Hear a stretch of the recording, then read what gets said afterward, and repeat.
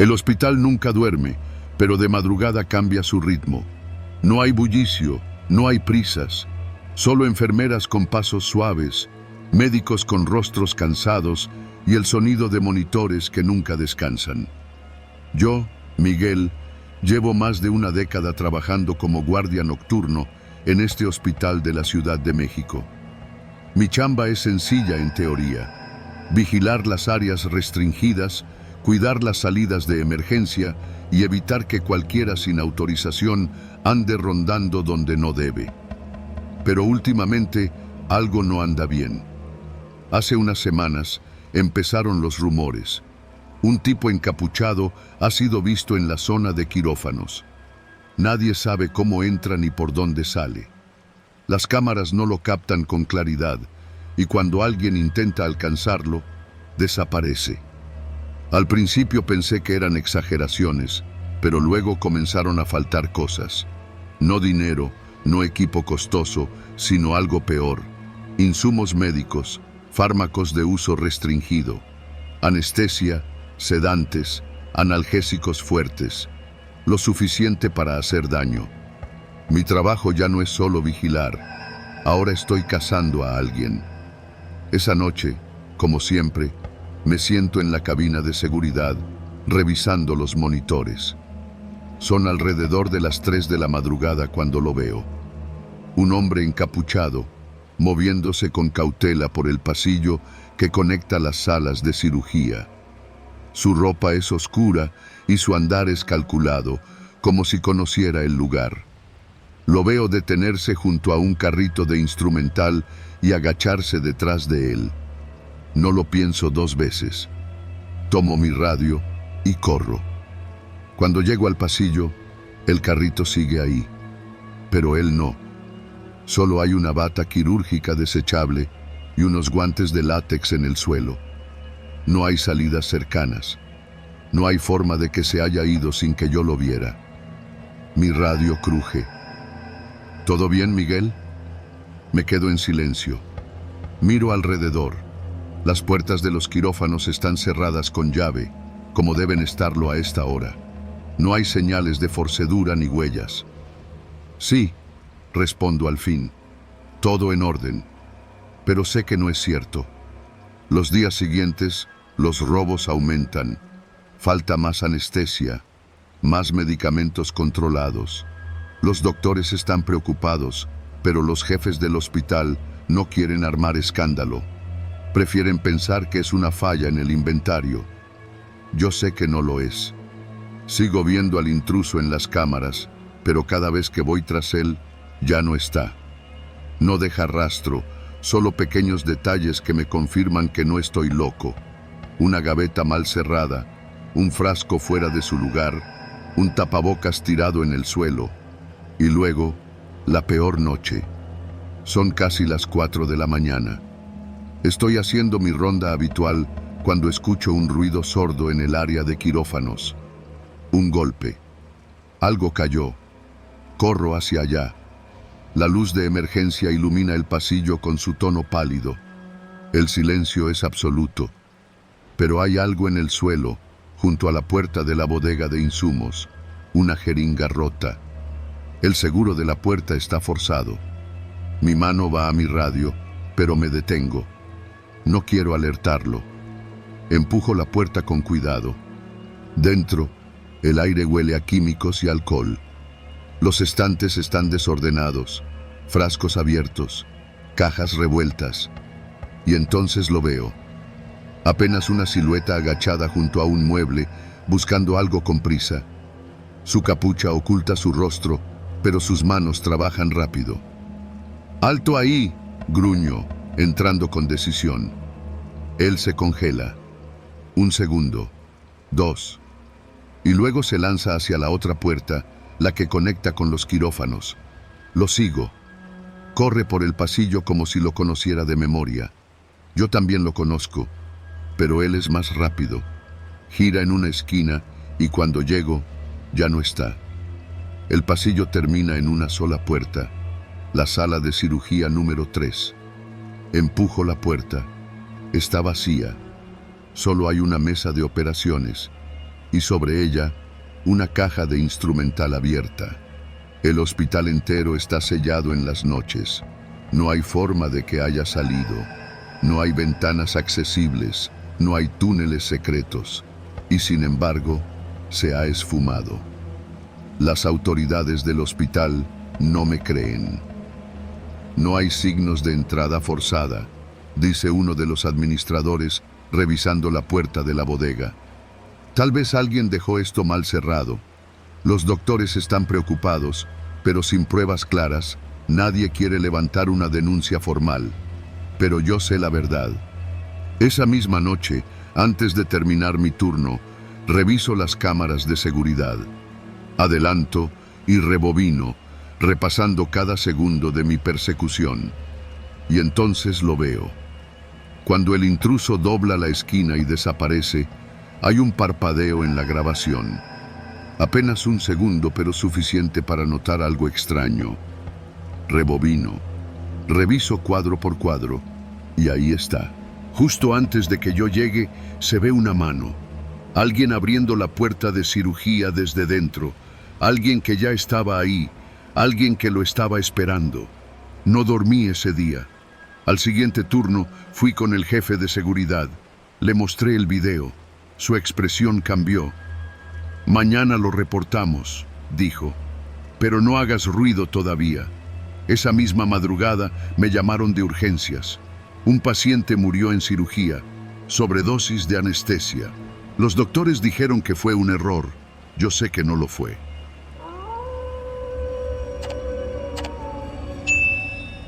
Trabajo en la caseta de cobro de una autopista que, de día, es un caos. Pero de noche es otra historia. No sé si alguna vez te has parado en una caseta cuando el tráfico se muere. Solo queda el sonido del viento, algún motor lejano y el zumbido eléctrico de los fluorescentes. Me llamo Andrés y llevo casi 4 años en el turno nocturno en la autopista México-Puebla. La mayor parte del tiempo es aburrido, camioneros con prisa, algún turista despistado y los mismos taxis que pasan a estas horas. A veces me gusta pensar que es un trabajo tranquilo, pero esta noche aprendí que la verdadera calma es solo la antesala del miedo. Todo comenzó alrededor de las 2 de la madrugada. Un automóvil oscuro pasó a toda velocidad sin detenerse a pagar. Lo vi acercarse desde lejos. Sus luces largas cortaban la neblina espesa de la carretera. Me paré de golpe y extendí la mano en señal de alto, pero ni siquiera intentó frenar. Las cámaras de la caseta registran todo, pero por protocolo, anoté las placas en una libreta y traté de comunicarme con el centro de monitoreo. Levanté el teléfono de la cabina y presioné el botón de llamada directa. Nada. Solo un silencio largo y frío, como si la línea hubiera sido arrancada. Intenté con mi celular. Sin señal. Fruncí el ceño. La radio de la caseta tenía un canal directo con los de seguridad, así que la encendí, giré la perilla de frecuencia y llamé. Caseta 35, reportando un vehículo que cruzó sin pago. ¿Placas? Un ruido distorsionado me interrumpió. Luego, una voz apenas perceptible. No llames. Solté la radio y me quedé helado. Miré a mi alrededor. No había nadie. Solo la neblina y el eco de mi propia respiración. Por un momento, pensé que lo había imaginado. Tal vez la señal estaba fallando como siempre, pero algo me decía que no. Las horas pasaron lentas. Apenas algunos camiones y un par de autos se detuvieron a pagar. Yo no mencioné nada, pero me mantenía en alerta, mirando cada faro que aparecía en la distancia. Pasaban de las 4 cuando lo vi. De entre la niebla, una figura tambaleante emergió del acotamiento. Un hombre. Iba descalzo, con la ropa hecha jirones y la cara llena de golpes. Se sujetaba el costado con una mano y con la otra hacía una señal débil. Me levanté de inmediato y abrí la ventanilla. «Oiga, ¿está bien?» Él levantó la cabeza y sus ojos se clavaron en los míos, llenos de terror. «Ayúdeme. Me sacaron de un coche. Eran varios. Su voz se quebró. Me iban a matar. Sentí que el estómago se me hacía un nudo. ¿De qué coche habla? Se aferró al borde de la caseta y respiró hondo antes de susurrar. El que pasó sin pagar. Un escalofrío me recorrió la espalda. Miré hacia la carretera. Los pocos vehículos que pasaban mantenían la velocidad, pero los conductores echaban vistazos fugaces a la escena. Nadie se detenía. Nadie quería involucrarse. El hombre se tambaleó. Vienen por mí. No los dejé, pero van a regresar. Sin pensarlo más, salí de la caseta y lo sostuve. Estaba helado. Tranquilo, vamos a pedir ayuda. Pero cuando volví a mirar la radio, un pensamiento me golpeó como un puñetazo en el estómago. No llames. Mi celular seguía sin señal. La línea de la caseta, muerta. Y la radio. No tuve tiempo de decidir. A lo lejos, unas luces aparecieron en la curva. Altas, veloces. El hombre me agarró de la camisa con desesperación. Son ellos. Mi mente trabajó en automático. No tenía armas, no podía llamar a nadie. Y la caseta no era más que una caja de metal con una ventana de vidrio. Tenía que esconderlo. Lo llevé detrás de la caseta y lo ayudé a agacharse en la zanja de mantenimiento. No hagas ruido. Pase lo que pase. No salgas, le susurré. Regresé a mi puesto y traté de actuar normal, pero mis manos temblaban. El vehículo se acercó y redujo la velocidad. Era el mismo, un sedán negro, vidrios polarizados. Se detuvo justo frente a mí. El conductor bajó la ventana. Era un tipo de rostro afilado, con un cigarro entre los labios. «Buenas noches, jefe». No respondí. Él sonrió, pero sus ojos se mantuvieron fríos. «Oiga, ¿no ha pasado por aquí un tipo herido?» Negué de inmediato. «Solo los camiones de siempre». El hombre me estudió por un largo segundo.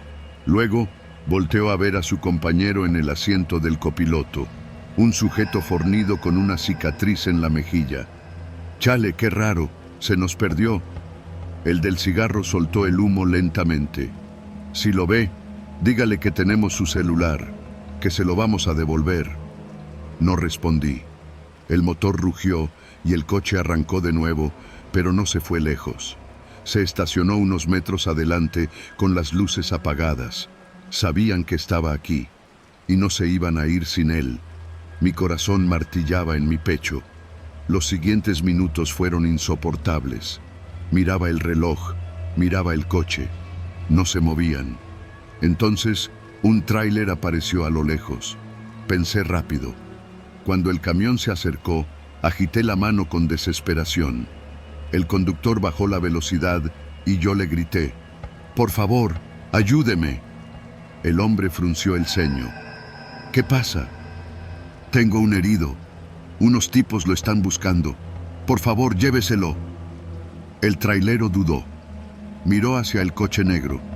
Luego, asintió. Corrí hacia la zanja y jalé al hombre herido. Apenas podía caminar, pero lo ayudé a subir al tráiler. «No se detenga hasta llegar a una patrulla», le dije al chofer. Él arrancó y el tráiler se alejó. En el coche negro, los hombres se dieron cuenta tarde. La máquina rugió y trataron de alcanzarlo, pero ya era demasiado tarde. Yo me quedé en la caseta, temblando. Ellos regresaron. Se estacionaron frente a mí, pero esta vez no bajaron la ventana. Solo se quedaron ahí, mirándome. 1 minuto. 2. Luego, sin prisa, el coche arrancó y desapareció en la niebla. Nunca volví a saber del hombre herido, ni de sus captores. Pero cada noche, cuando la autopista se vacía y todo parece tranquilo, me pregunto si algún día volverán.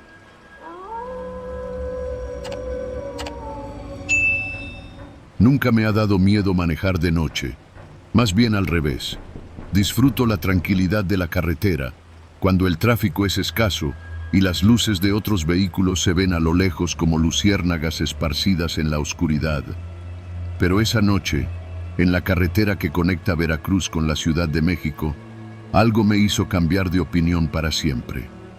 Había salido de Coatzacoalcos alrededor de las 9 de la noche con mi tráiler cargado de electrodomésticos. Un viaje rutinario, como tantos otros que he hecho en los últimos 15 años. Planeaba manejar sin parar hasta llegar a Puebla, donde tomaría un descanso antes de seguir rumbo a la capital. Alrededor de la medianoche, decidí hacer una breve escala en un paradero solitario cerca de Acayucán. Un lugar de esos que apenas tienen un par de luces titilantes, baños sucios y una tienda con productos caducos. Me estacioné junto a otros 2 tráileres y bajé a estirar las piernas. Apenas había gente, un par de camionetas viejas y un hombre gordo dormitando en una banca de concreto. Saqué mi celular para revisar mensajes cuando sonó una llamada de un número desconocido. No suelo contestar números que no conozco, pero algo en la noche, en el silencio de la carretera, me hizo responder. No te metas en lo que no te incumbe. Eso fue todo. Una voz seca, firme, como si el tipo al otro lado estuviera acostumbrado a dar órdenes. Se me erizó la piel. ¿Quién habla?, pregunté, tratando de sonar calmado. La llamada terminó sin más. Miré a mi alrededor. Todo parecía normal, pero una incomodidad difícil de explicar se instaló en mi estómago. Apagué el cigarro que acababa de encender y subí al tráiler. No tenía sentido quedarse más tiempo. De vuelta en la carretera, intenté sacarme la llamada de la cabeza. Pensé en una equivocación, en alguna broma de mal gusto, pero el mal presentimiento no se iba. Fue entonces cuando la vi, una camioneta negra con vidrios polarizados que avanzaba detrás de mí manteniendo la misma velocidad. Al principio no le di importancia. Es común que los vehículos pequeños se mantengan detrás de un tráiler para aprovechar la estela y ahorrar gasolina. Pero algo no cuadraba. No intentaban rebasar, ni disminuir la distancia, ni alejarse. Aceleré. Ellos aceleraron. Reduje la velocidad. Ellos también. Me tragué el miedo y seguí manejando. No iba a darles el gusto de verme nervioso. 15 minutos después, la camioneta se puso a mi lado en el carril izquierdo. No me rebasaban. Solo se mantenían allí, como observándome. Intenté ver el interior, pero los vidrios oscuros me lo impidieron. De pronto, la camioneta se cerró un poco hacia mi carril, obligándome a moverme al acotamiento. Un primer aviso. No chingues, murmuré. Pisé el acelerador, sintiendo cómo el motor del tráiler rugía bajo mi control. La camioneta se quedó atrás unos segundos, pero después volvió a alcanzarme. El siguiente movimiento fue más agresivo. Se me emparejaron y de un golpe seco intentaron empujarme hacia el acotamiento. Sujeté el volante con fuerza y mantuve el control, pero el susto me dejó con el pulso acelerado. Pensé en llamar al 891, pero la señal estaba intermitente. Maldije entre dientes y traté de mantener la calma. Tenía que llegar a un retén de la Policía Federal. Sabía que había uno unos kilómetros más adelante. Solo tenía que resistir. La camioneta hizo un tercer intento de sacarme de la carretera, esta vez más fuerte. Las llantas traseras del tráiler derraparon levemente y sentí como la carga tambaleaba. Si me volcara, no viviría para contarlo. Por el retrovisor, vi que otra camioneta aparecía a la distancia. Negra también. Eran más de uno. Vi las luces del retén a unos 500 metros. Un par de patrullas y conos naranjas bloqueaban parcialmente el paso. Nunca me alegré tanto de ver a la Policía Federal. Cuando la primera camioneta notó la proximidad del retén, redujo la velocidad de inmediato y tomó la desviación hacia una brecha de terracería. La segunda hizo lo mismo. Para cuando llegué a los oficiales, ya no había rastro de ellos.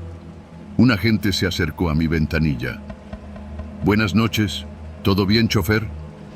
Mi respiración aún era pesada. Me sequé el sudor de la frente y asentí. No sabía qué decir. Sí, solo que una camioneta me venía cerrando el paso. El agente me miró con interés. ¿Camioneta negra? Me quedé helado. Sí, de vidrios polarizados. El oficial intercambió una mirada con su compañero. Hemos recibido reportes. A varios colegas traileros los han intentado orillar. Nadie sabe quiénes son. Me dieron ganas de vomitar. ¿Robo? El policía negó con la cabeza.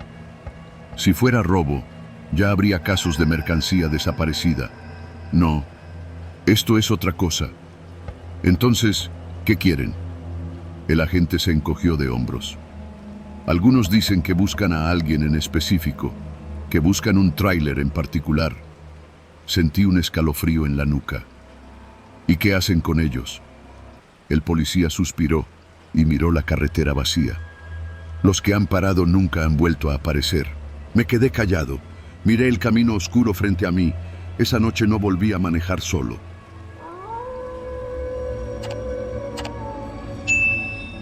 La primera vez que recibí el pedido no me pareció raro. Trabajo repartiendo comida en Guadalajara desde hace más de un año, así que estoy acostumbrado a entregas en todo tipo de colonias, desde residenciales elegantes hasta callejones donde mejor ni apago la moto. La dirección no tenía nombre de calle, solo unas coordenadas en la aplicación. El pago era en efectivo, lo cual me pareció extraño, porque la mayoría prefiere pagar con tarjeta. Pero el pedido era sencillo, una hamburguesa con papas y refresco.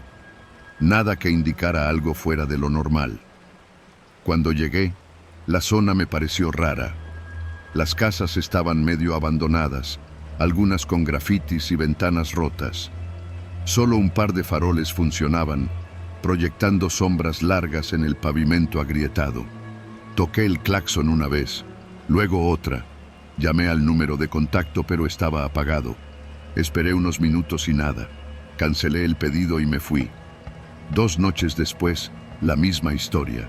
Misma dirección, mismo pedido. Pensé que tal vez era alguien con un teléfono descompuesto o un borracho que había pedido comida y se quedó dormido. Esta vez esperé menos.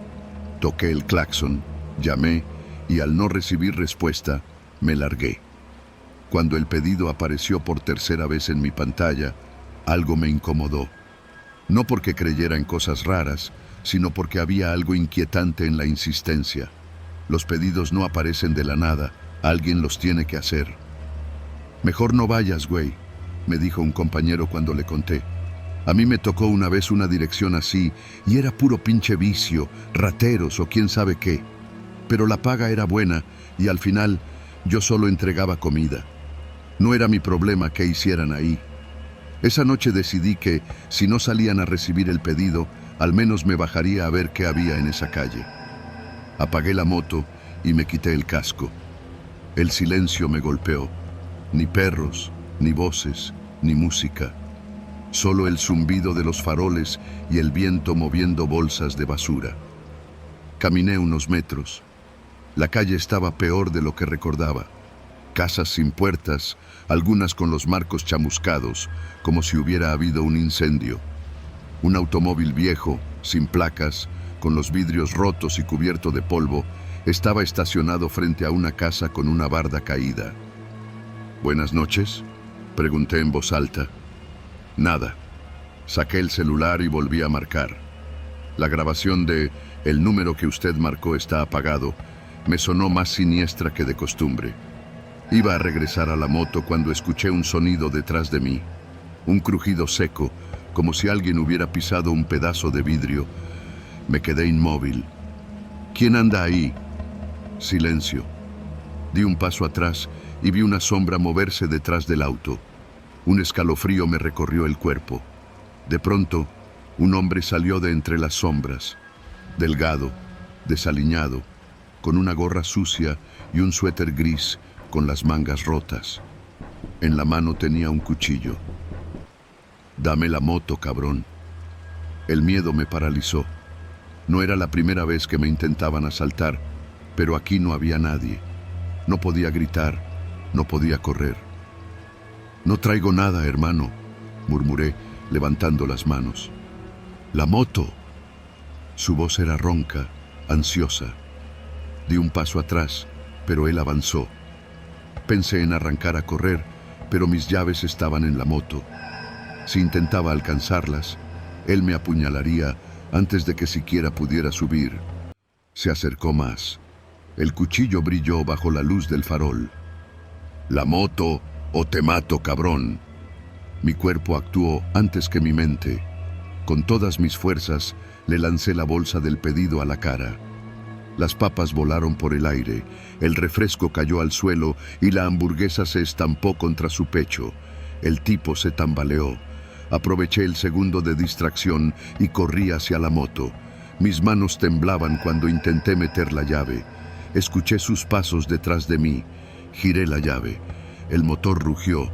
Él gritó algo, pero no me detuve. Aceleré con tanta fuerza que casi derrapo. Lo último que vi en el espejo retrovisor fue su silueta desvaneciéndose en la oscuridad. Cuando llegué a la base, el encargado me vio pálido. «¿Qué te pasó?», le conté todo. Él asintió con una expresión grave y sacó su celular. Buscó algo y luego me mostró la pantalla. Era una noticia de hace unos meses. Encuentran cuerpo de repartidor en colonia abandonada de Guadalajara. No terminé de leer. Solo vi la foto de la calle. Era la misma. Nunca volví a aceptar un pedido sin dirección.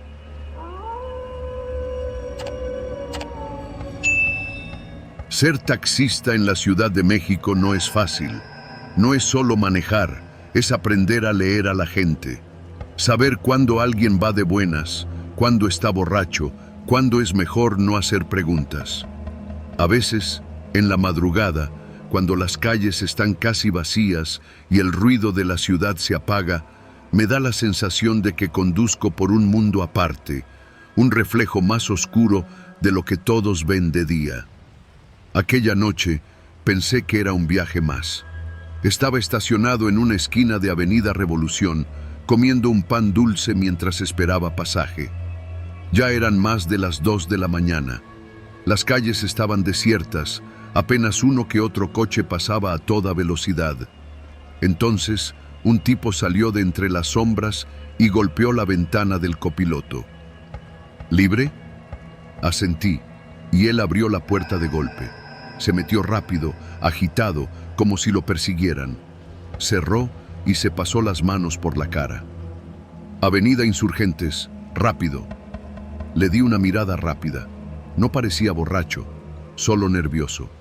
Llevaba una sudadera oscura con la capucha puesta, y bajo la tenue luz del tablero pude ver que tenía gotas de sudor en la frente. Metí primera y arranqué. El tipo no decía nada. Solo respiraba hondo y miraba por la ventana. Cada tanto volteaba hacia atrás, como si esperara ver algo en el retrovisor. Cuando llegamos a Insurgentes, pensé que se bajaría, pero no. Ahora, al aeropuerto. ¿A qué terminal? Solo maneja. Su tono no era agresivo, pero algo en su voz me puso alerta. Cuando nos detuvimos en el siguiente semáforo, sacó un fajo de billetes y me pasó unos cuantos, doblados y arrugados. Sin preguntas. Los tomé sin decir nada. No soy policía, no soy héroe. Solo quería terminar mi turno y volver a casa. Aceleré cuando la luz cambió. El tipo siguió dando instrucciones extrañas. Primero un puente peatonal en Iztacalco, luego una calle oscura en Nezahualcóyotl. Nunca se bajaba. Solo miraba, sacaba el celular, escribía algo y luego me decía el siguiente destino. Los billetes seguían llegando, pero yo ya no los quería. Algo estaba mal. Quise hacerme el valiente y preguntar, ¿está todo bien? El tipo giró la cabeza lentamente y me miró. Sus ojos eran oscuros, hundidos. Me sostuvo la mirada por unos segundos, luego negó con la cabeza y suspiró. «Sigue manejando». Obedecí. Después de casi una hora, me pidió que lo dejara en una avenida desierta en Tlalpan. Bajó rápido, sin despedirse.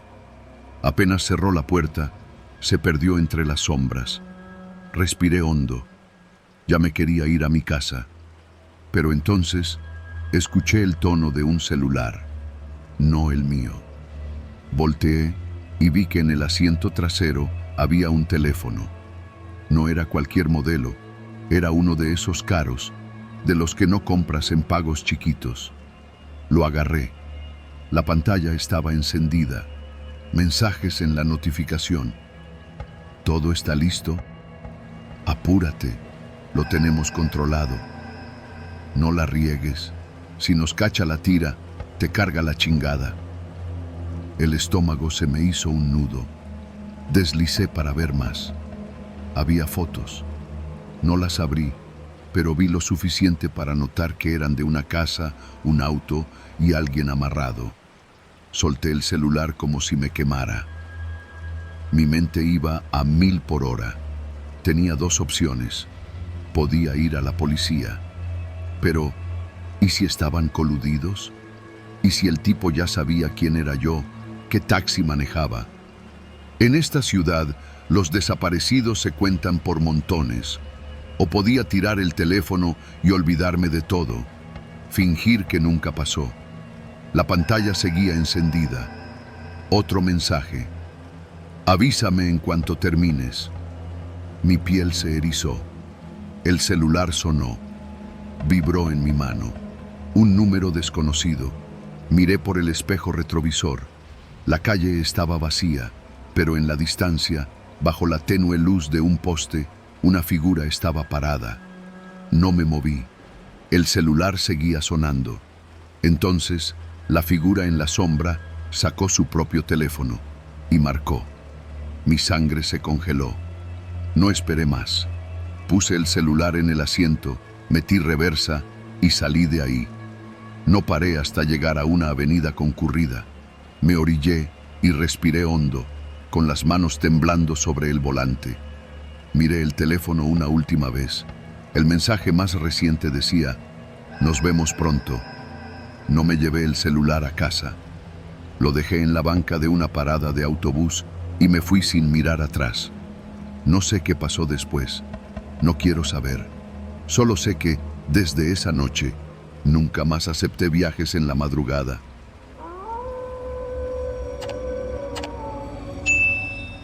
Llevo 5 años trabajando como intendente en un edificio estatal en Querétaro. No es un empleo emocionante, pero me da lo suficiente para pagar la renta y mantener a mi hijo de 9 años. Mi turno empieza cuando los oficinistas ya se han ido, lo que me gusta porque así puedo limpiar en paz, sin que nadie me estorbe. El edificio tiene 4 pisos y yo me encargo de los 2 últimos, donde están las oficinas de los jefes y la sección de archivos. Esa parte es la más aburrida. Solo escritorios, archiveros enormes y silencio. Siempre silencio. Pero esa noche, algo fue diferente. Cuando entré al área de archivos, noté de inmediato que algo estaba mal. Había cajones abiertos y papeles regados en el suelo. Al principio pensé que alguien había sido descuidado y dejó todo así, pero algo no cuadraba. Ningún jefe deja documentos confidenciales tirados. Me agaché a recoger un expediente que estaba boca abajo. Al darle la vuelta, vi que tenía un sello rojo con la palabra restringido. No debía estar viendo eso. Dejé el documento en el escritorio más cercano y me apresuré a limpiar todo. No quería problemas. Guardé los papeles lo mejor que pude y cerré los cajones, aunque algunos tenían cerraduras forzadas. Alguien había husmeado allí, pero no era mi asunto.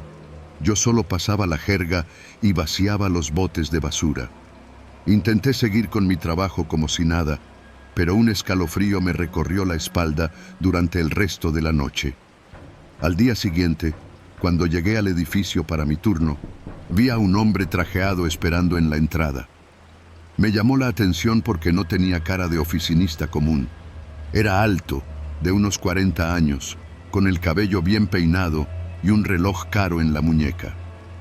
«Paola, ¿verdad?», dijo en cuanto me acerqué. No le respondí. No me gustó que supiera mi nombre. Sacó un sobre amarillo de su saco y lo extendió hacia mí. «Ábrelo». No me moví. «¿Qué es esto?», pregunté, sintiendo la boca seca. «Dinero. Por tu discreción». Algo dentro de mí se revolvió. ¿Discreción de qué? El hombre sonrió de lado, pero sus ojos no reflejaban amabilidad. «No juegues, Paola. Sé que viste los archivos. No queremos que haya malentendidos». Me quedé paralizada. «No vi nada». «Entonces no habrá problema, pero acepta el sobre, para que quede claro que nos entendemos». Negué con la cabeza. «No quiero su dinero». El hombre suspiró y guardó el sobre de vuelta en su saco. Mala elección. Se dio media vuelta y se fue caminando tranquilamente. Yo entré al edificio con las piernas temblando. Intenté convencerme de que todo había sido un malentendido. Quizás alguien entró a los archivos sin permiso y los jefes querían tapar el problema. Pero había algo en la actitud del hombre del traje que no me dejaba tranquila. Esa noche trabajé rápido, sin detenerme a pensar. Cuando terminé, caminé a la parada del camión como siempre. Pero entonces lo vi. Un coche negro estacionado frente al edificio. No había razón para que estuviera ahí a esa hora. El motor estaba encendido y los vidrios polarizados no dejaban ver quién estaba adentro. Me puse nerviosa, pero intenté actuar normal. Caminé a la parada sin mirar atrás. Cuando subí al camión, observé discretamente por la ventana. El coche se incorporó al tráfico y comenzó a seguirnos. Me sudaban las manos. No podía ser coincidencia. Bajé unas cuadras antes de mi casa, tratando de despistarlos. Caminé rápido por calles angostas, metiéndome entre los edificios. Pero cuando llegué a mi calle, vi el coche estacionado en la esquina. Me estaban esperando.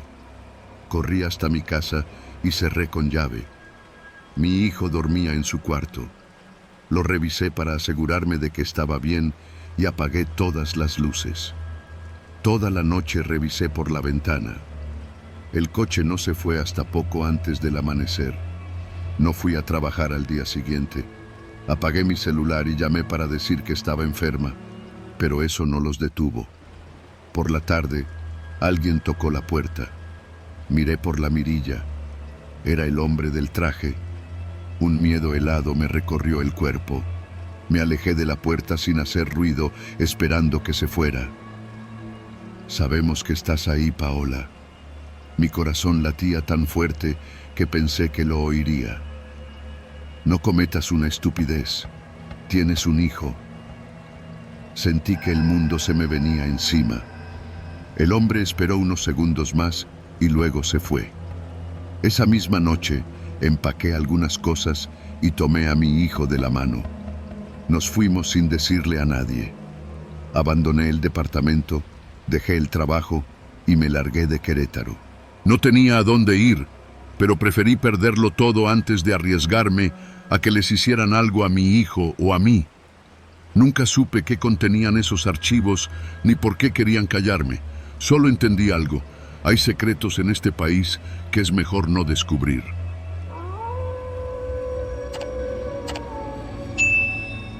Las noches en la bodega son interminables.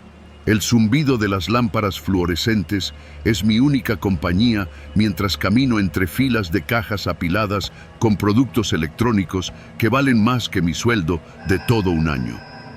Desde que empecé este trabajo como guardia nocturno en las afueras de Tijuana, siempre pensé que lo más peligroso serían los borrachos o los pandilleros que se aventuran por estas zonas industriales. Pero nunca imaginé lo que realmente enfrentaría. Todo empezó hace unas semanas. Era una madrugada como cualquier otra, fría y solitaria, cuando noté que una de las cajas al fondo del pasillo 5 estaba abierta. Me acerqué con la linterna en mano, iluminando el cartón rasgado. Adentro El espacio vacío donde deberían estar las tablets de alta gama era evidente. No había señales de forcedura en las puertas ni ventanas rotas. Las alarmas estaban intactas. El encargado no me creyó. «Seguro se perdió en el inventario», dijo mientras revisaba su celular sin despegar los ojos de la pantalla. Pero yo sabía lo que había visto. La noche siguiente decidí ser más cuidadoso. Apagué las luces principales para no ser tan visible y empecé a caminar en silencio. A cada paso, el eco de mis botas resonaba, pero pronto me di cuenta de que no eran solo mis pasos los que escuchaba. Un sonido metálico, leve pero claro, vino desde el área de almacenamiento 3. Contuve el aliento y me acerqué, cuidando de no hacer ruido. Ahí, entre las sombras, vi algo moverse. Rápido, apenas un parpadeo, pero lo suficiente para saber que no estaba solo. Mi linterna tembló en mi mano mientras iluminaba el área. Nada, solo cajas y más cajas. Hasta que noté la huella. Una marca de zapato pequeño, casi infantil, impresa en el polvo junto a una pila de consolas de videojuegos. No podía ser un niño, ¿verdad? A partir de esa noche, cada ronda era una tortura. Los ruidos seguían, susurros lejanos, el crujir de cajas siendo movidas, incluso, una vez, un débil silbido, como si alguien estuviera llamándome. Decidí dejar mi linterna y tomar un tubo de metal que encontré en el almacén de mantenimiento. No iba a dejar que me tomaran por sorpresa. Empecé a notar pequeños detalles, restos de comida en rincones oscuros, envolturas de barras energéticas y botellas de agua escondidas tras los pallets. El colmo fue encontrar una cobija vieja y sucia bajo una mesa de trabajo. Alguien estaba viviendo en la bodega. Esa noche, sellé todas las salidas menos una. Sabía que tenía que enfrentar a quien fuera que estuviera ahí. A las 3 de la madrugada, el ruido fue inconfundible. Un golpe seco, como una caja cayendo. Corrí hacia el origen del sonido, el área de productos de alta gama. Me escondí detrás de una columna y aguardé, con el tubo en alto, listo para golpear. Y entonces lo vi. Era un hombre, flaco, con ropas sucias y una barba desordenada. Sus movimientos eran ágiles, casi felinos, como si conociera cada rincón mejor que yo. En sus manos sostenía una mochila llena de artículos robados. Me armé de valor y salí de mi escondite. ¡Alto!, grité, levantando el tubo. El hombre se giró, sus ojos desorbitados. «No me hagas nada, por favor», suplicó, dando un paso atrás. «Solo necesito dinero».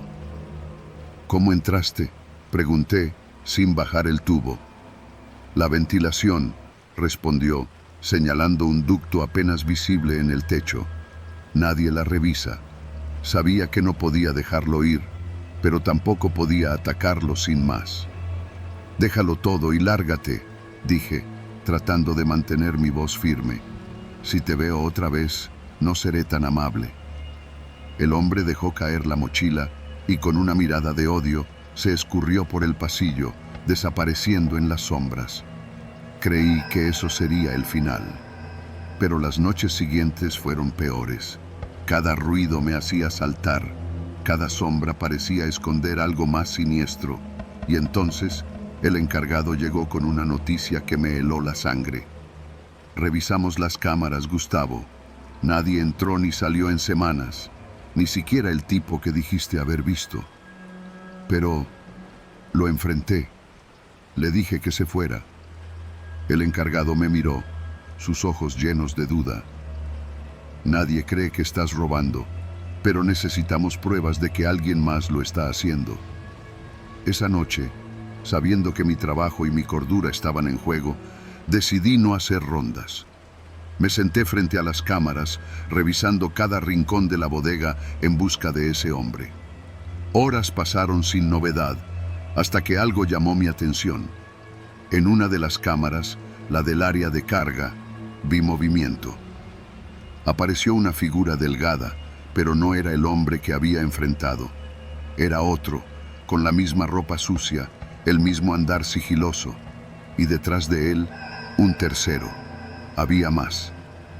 Mi mano temblaba mientras tomaba el tubo de metal y caminaba hacia el área de carga. El silencio era ensordecedor, roto solo por mi respiración agitada. Al llegar, encontré la puerta de la ventilación abierta, con marcas de manos sucias a su alrededor.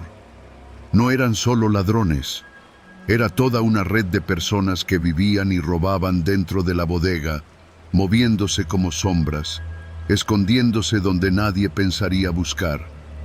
Y en ese momento entendí que no se trataba de proteger mercancía. Era mi vida la que estaba en juego. Al salir esa madrugada, cerré con llave y llamé a la policía. Pero aunque los atraparan, aunque sellaran cada entrada, sabía que jamás olvidaría esas noches, donde las sombras parecían tener vida propia y donde el peligro no venía del exterior, sino de dentro.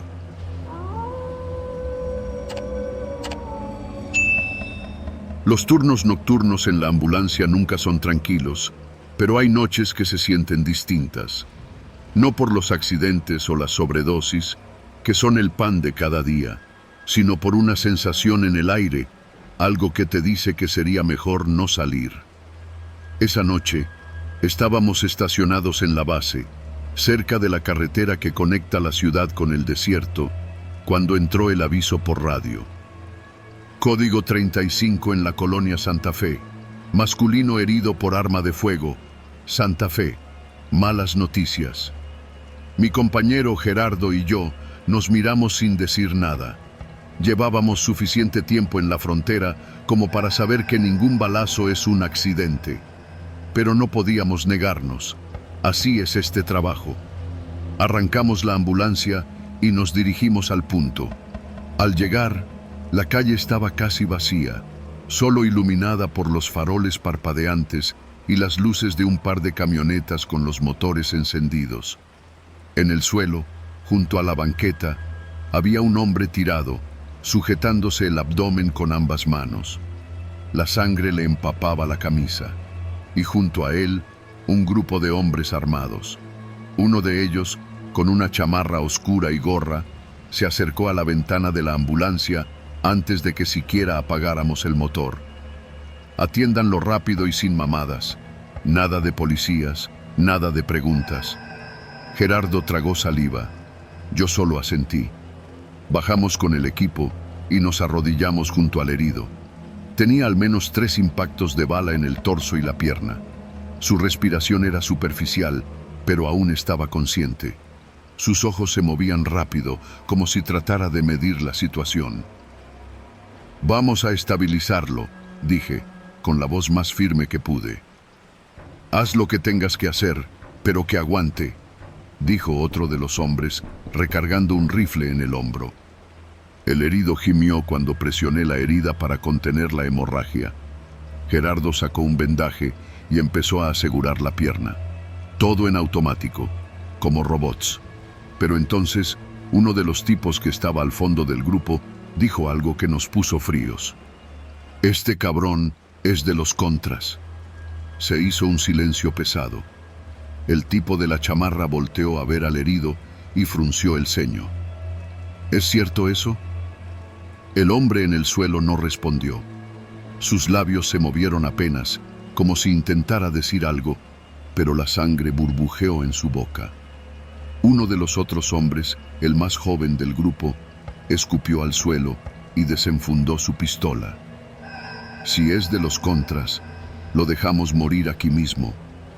Gerardo y yo seguimos trabajando, pero nuestras manos temblaban. Sabíamos lo que venía. Lo que siempre pasa cuando un grupo de cabrones armados empieza a discutir. «No aquí», dijo el de la chamarra, después de un silencio tenso. «No nos conviene un muerto en la calle». El más joven se rió, burlón. «¿Y qué?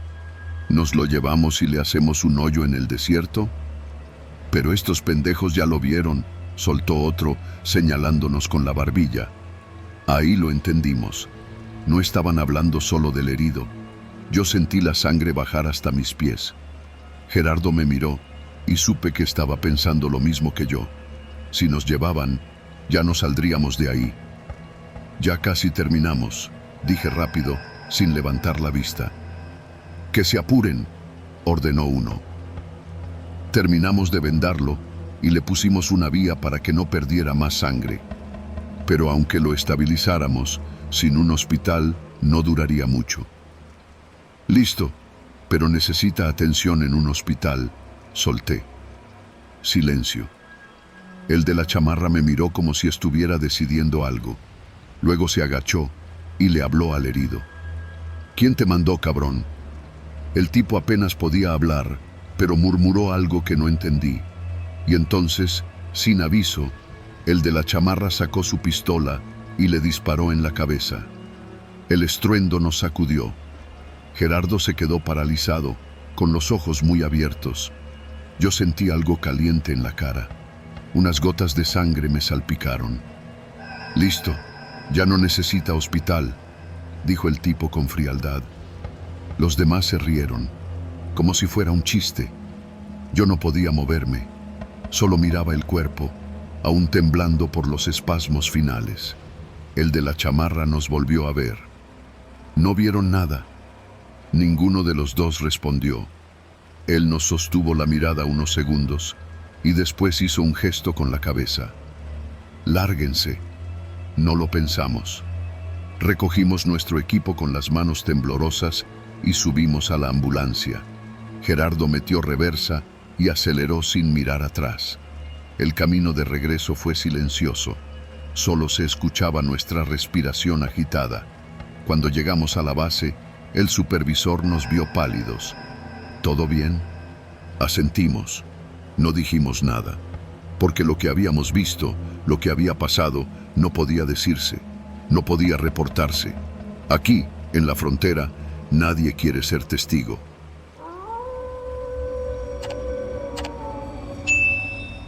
Trabajar en la cocina de un restaurante que nunca cierra es vivir en un mundo aparte. Hay una diferencia enorme entre los clientes del día y los de la madrugada. En la mañana llegan oficinistas con prisa, familias desayunando antes de la escuela, señoras pidiendo café con pan dulce. Pero después de la medianoche es otra historia. Ahí es cuando aparecen los borrachos, los taxistas que buscan un café para aguantar el turno, las parejas que discuten en voz baja y los que entran con la mirada perdida, como si no supieran bien cómo llegaron ahí. Yo soy Juan, cocinero en un restaurante de la Ciudad de México que nunca apaga sus luces. He visto cosas raras, gente que se queda dormida sobre el plato, tipos que entran a esconderse de la patrulla, hasta una mujer que se quitó los zapatos y los metió en la licuadora. Pero nada me había preparado para aquella noche. Pasaban de las 3 de la madrugada. Solo había una mesa ocupada por un grupo de chavos con lentes oscuros que hablaban en susurros y un trailero medio dormido con una torta a medio terminar. Yo estaba limpiando la parrilla cuando escuché la campanilla de la puerta.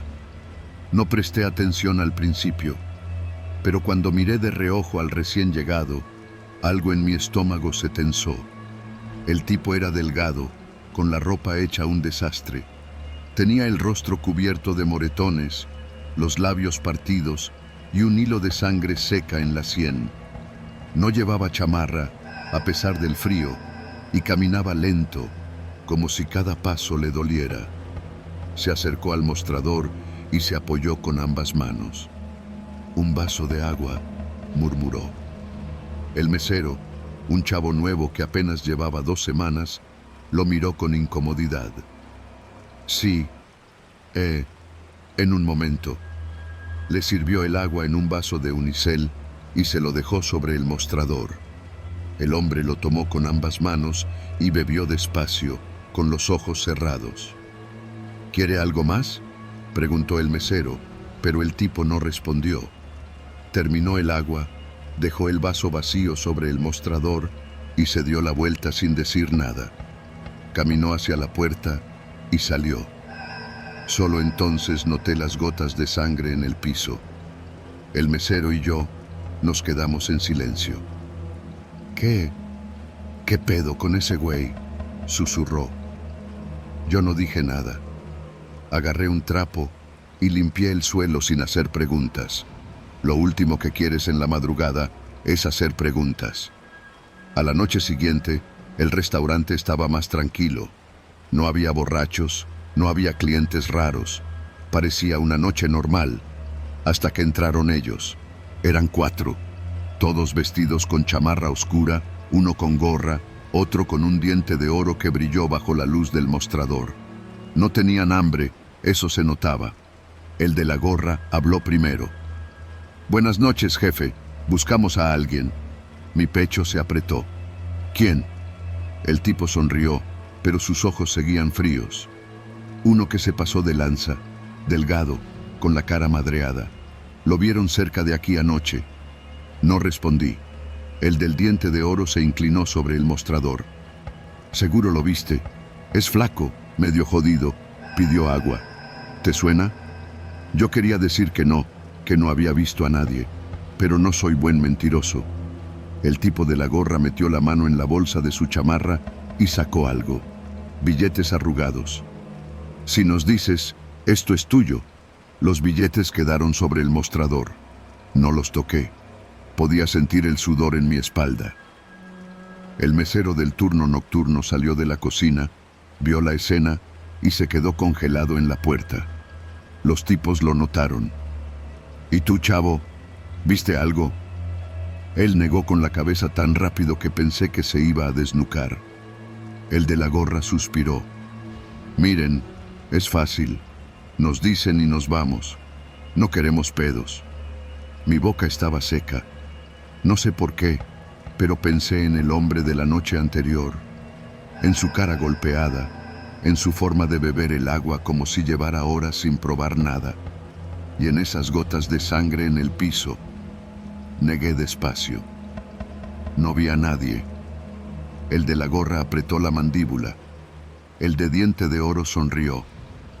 «Órale, pues». Se quedaron ahí unos segundos más. Luego, uno por uno, salieron por la puerta. Yo me quedé parado, con los billetes todavía en el mostrador. Esa noche, la cocina me pareció más fría de lo normal. Seguí preparando pedidos con las manos temblorosas. El mesero no me habló en toda la madrugada. No sé qué pasó con el hombre que pedía agua. No sé si logró escapar o si lo encontraron en algún callejón, pero algo me dice que no se olvidaron de mí. Desde esa noche, cada vez que entro a mi turno, siento que alguien me está viendo. Y cada vez que la campanilla de la puerta suena en la madrugada, mi corazón se acelera, porque sé que un día pueden volver.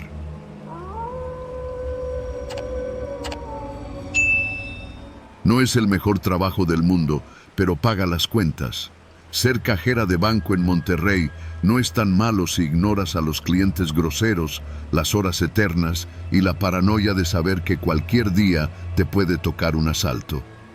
Trabajamos hasta la medianoche porque el banco ofrece atención nocturna en una sucursal que se encuentra en una zona concurrida. Afuera, la avenida sigue viva con los puestos de tacos, los bares y la gente que aún camina con prisa. Pero aquí dentro, después de cierta hora, solo quedamos el guardia, el supervisor y yo. Aquella noche, el último cliente me puso los nervios de punta.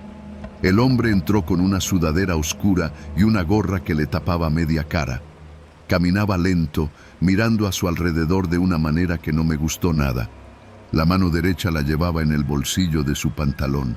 Se acercó a mi ventanilla. «Buenas noches», dije, con la mejor sonrisa que pude forzar. No respondió. Solo sacó un papel arrugado con el número de una cuenta y lo empujó bajo el vidrio. «¿Retiro o depósito?», pregunté. «Retiro». Su voz era seca, monótona. Tecleé la información con rapidez, intentando no demostrar mi incomodidad. Mientras la pantalla cargaba, lo observé mejor. Tenía una mandíbula apretada y los ojos en constante movimiento. Parecía estar midiendo algo. Los minutos se hicieron largos.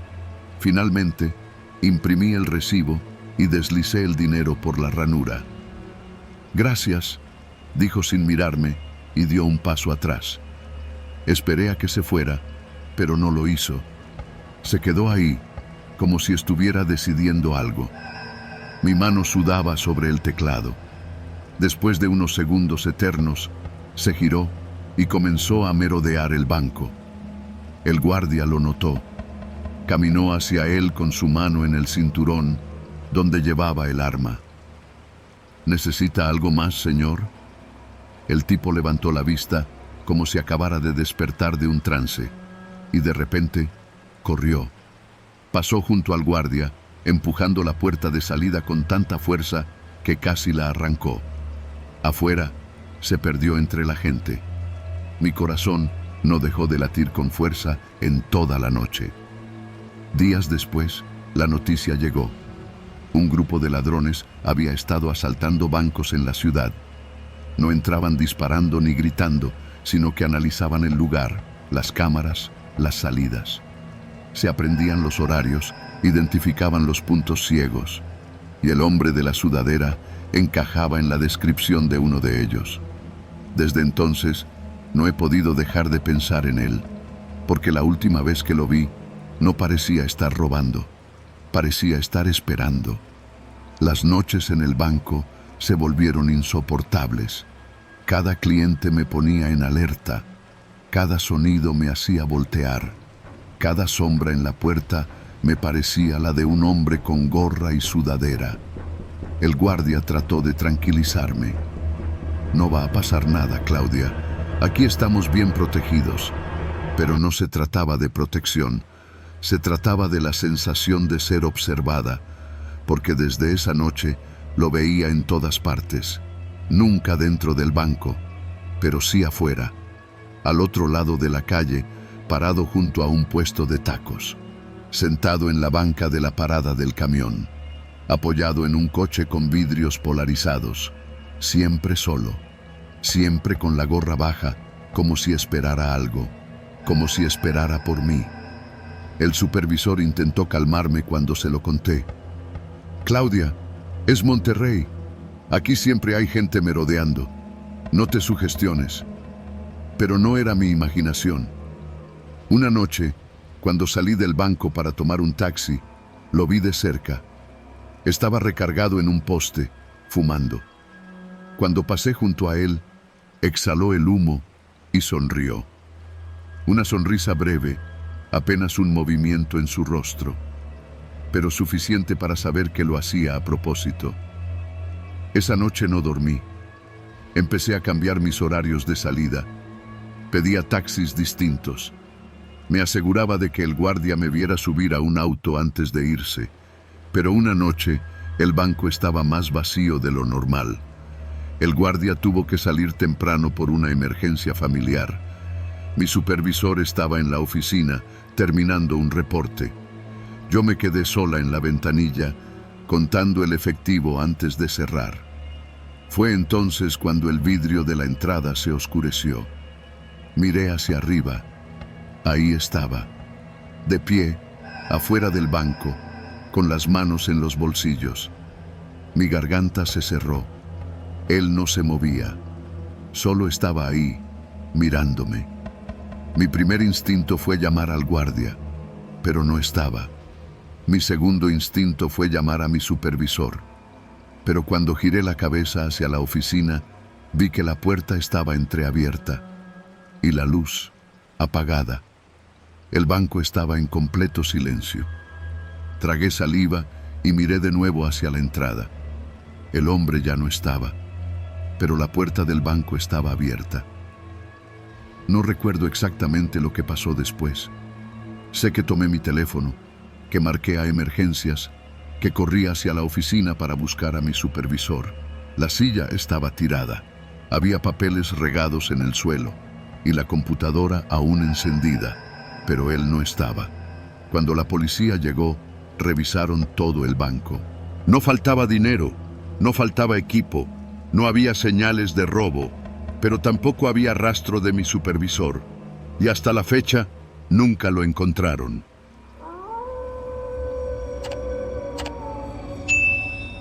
La ciudad a esa hora es otra cosa. Un silencio pesado se mete en las calles, interrumpido solo por el eco de mis neumáticos sobre el pavimento y el ocasional ladrido de un perro callejero.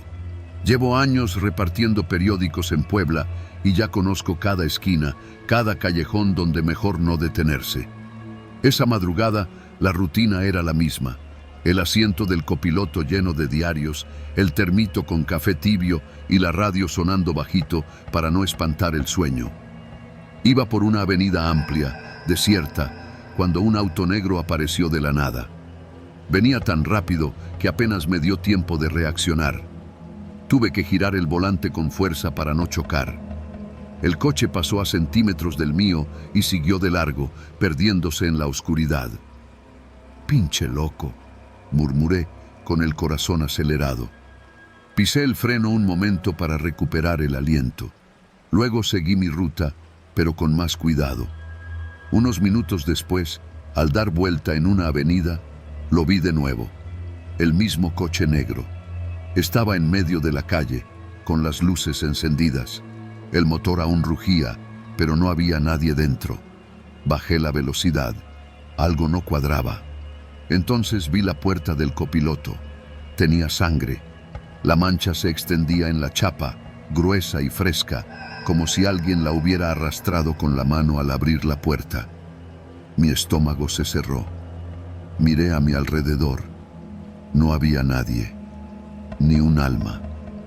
Pensé en seguir de largo, pero mi pie se quedó flotando sobre el acelerador.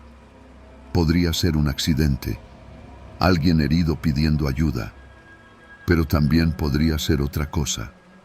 Me quedé unos segundos, el motor encendido, las manos aferradas al volante. Sentía la garganta seca. Si bajaba, me metía en algo que no era mi problema. Si me iba, pasaría toda la vida preguntándome qué vi. Tragué saliva y abrí la puerta. El frío de la madrugada me pegó en la cara cuando bajé del coche. Me acerqué despacio. La sangre goteaba del marco de la puerta. Intenté mirar al interior, pero los vidrios estaban polarizados. Toqué el coche con la punta de los dedos. La carrocería estaba tibia. Alguien había estado aquí hace muy poco. Di un paso atrás, con un mal presentimiento en el pecho. Entonces escuché un ruido, algo leve, apenas un susurro. Venía del asiento trasero. Mi instinto gritó que corriera, pero no lo hice. Me acerqué más y rodeé el coche hasta quedar junto a la ventanilla trasera.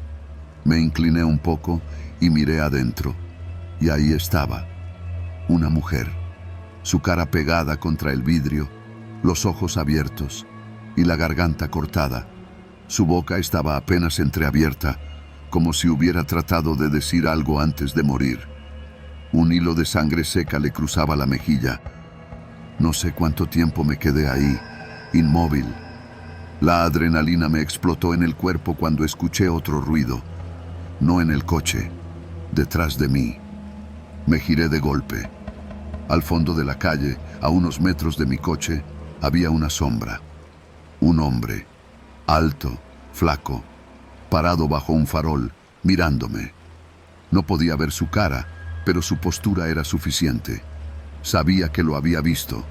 Sabía que ahora era un testigo. Corrí. No pensé. Solo corrí hasta mi coche y me subí de un salto. Encendí el motor y pisé el acelerador a fondo. Vi la figura en el espejo retrovisor. Seguía ahí, inmóvil. Pero algo me decía que eso no significaba que estaba a salvo. No volví a mi ruta. Manejé sin rumbo, con las manos sudando sobre el volante. Pensé en ir a la policía, denunciar el coche, pero entonces imaginé cómo terminaría eso. Preguntas, diligencias, rostros que no debería ver, un reporte con mi nombre en él, un testigo más en una ciudad donde los testigos no duran mucho. No, Seguí manejando hasta que la noche comenzó a aclararse y la ciudad despertó con el amanecer. Solo entonces, cuando la luz del sol tocó los edificios y los primeros camiones llenos de gente empezaron a circular, me atreví a respirar. Esa mañana no repartí periódicos. Esa mañana, por primera vez en años, volví a casa sin terminar mi ruta. Y cada madrugada desde entonces, cuando paso por esa avenida, mantengo la vista al frente y nunca vuelvo a mirar.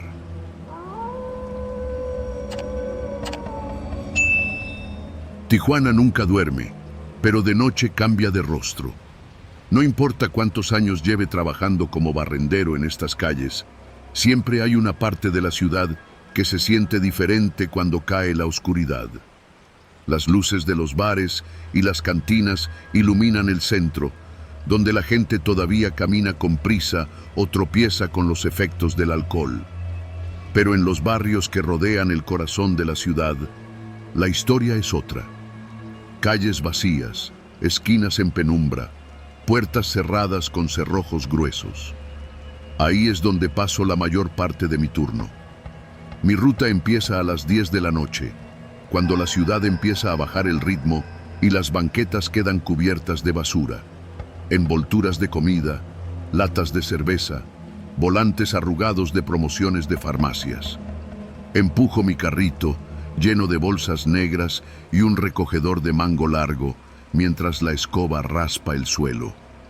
Es un trabajo solitario, pero nunca me ha molestado. Hasta aquella noche, cuando entendí que ser barrendero en la madrugada significa limpiar más que basura, significa ver lo que nadie quiere ver y entender que hay cosas que, por tu propio bien, es mejor ignorar. Pasaba de las 2 de la madrugada cuando llegué a la calle más jodida de mi ruta. Era un tramo corto, sin alumbrado público, donde las lámparas de los postes habían dejado de funcionar hacía meses. Siempre me daba mala espina, pero lo cruzaba rápido y sin meterme en problemas. El único sonido era el rechinar de las llantas de mi carrito y la escoba arrastrándose sobre la banqueta. Hasta que escuché las voces. 2 hombres discutiendo. Me detuve en seco. No los veía bien, pero sus siluetas se recortaban bajo la débil luz de un negocio cerrado. Uno de ellos, el más robusto, hacía gestos desesperados con las manos. El otro, más delgado y con una gorra negra, estaba de espaldas a mí. No tenía que estar ahí. Pensé en rodear la calle y tomar otra ruta, pero antes de que pudiera moverme, la voz del hombre robusto me heló la sangre. Te estoy diciendo que lo tengo, cabrón. Solo dame hasta mañana. El otro no respondió de inmediato. Vi que metió la mano en el bolsillo de su chamarra y sacó algo. Un cuchillo. No me quedé a mirar más. Me escabullí detrás de un contenedor de basura y me agaché, sintiendo la piel fría a pesar del calor de la madrugada. Los gritos siguieron. Te di tiempo, güey. Se acabó. No mames, cabrón. Vas a ver que sí te pago. No quiero tu pinche dinero. Luego vino el sonido más seco y aterrador que he escuchado en mi vida. Un golpe húmedo, un jadeo ahogado y luego silencio. Mi respiración se volvió pesada. Me quedé quieto, con los puños apretados, tratando de no hacer ruido. Los pasos del tipo de la gorra se acercaron. Cerré los ojos, esperando que no me viera, pero se detuvo a unos metros. El chasquido de un encendedor rompió el silencio. Abrí los ojos solo un poco. El hombre fumaba, de espaldas a mí. A sus pies, el otro tipo estaba tirado boca arriba. No se movía. No podía quedarme ahí. Esperé hasta que el asesino caminó hacia la esquina y en cuanto vi la oportunidad, salí de mi escondite y caminé lo más rápido que pude sin hacer ruido. Cuando llegué a una avenida iluminada, marqué con manos temblorosas. Acabo de ver algo. Un hombre apuñalado. Di la ubicación y colgué antes de que me hicieran más preguntas. Esa madrugada no terminé mi turno. Me fui a casa con un nudo en el estómago. Al día siguiente, cuando volví a trabajar, el aire se sentía diferente. Cuando llegué a la calle donde había ocurrido todo, vi la cinta amarilla rodeando la zona. Había policías y patrullas con las luces encendidas. En la banqueta, un charco oscuro y seco manchaba el cemento. Un oficial hablaba con un vecino que movía la cabeza con nerviosismo. Me acerqué un poco, fingiendo que barría la banqueta de enfrente. ¿No vio nada, señor?, preguntó el policía. Nada, nada. Yo estaba dormido. El oficial apuntó algo en su libreta y luego se giró hacia un compañero. No hay cámaras en esta cuadra y nadie vio nada. Guardé silencio y seguí barriendo. No pregunté nada. No hablé con nadie. En este trabajo aprendes que la basura no es lo único que la gente tira en la calle. También tiran secretos. Y si tienes suerte, puedes barrerlos sin que nadie se dé cuenta. Si no, te conviertes en parte de ellos.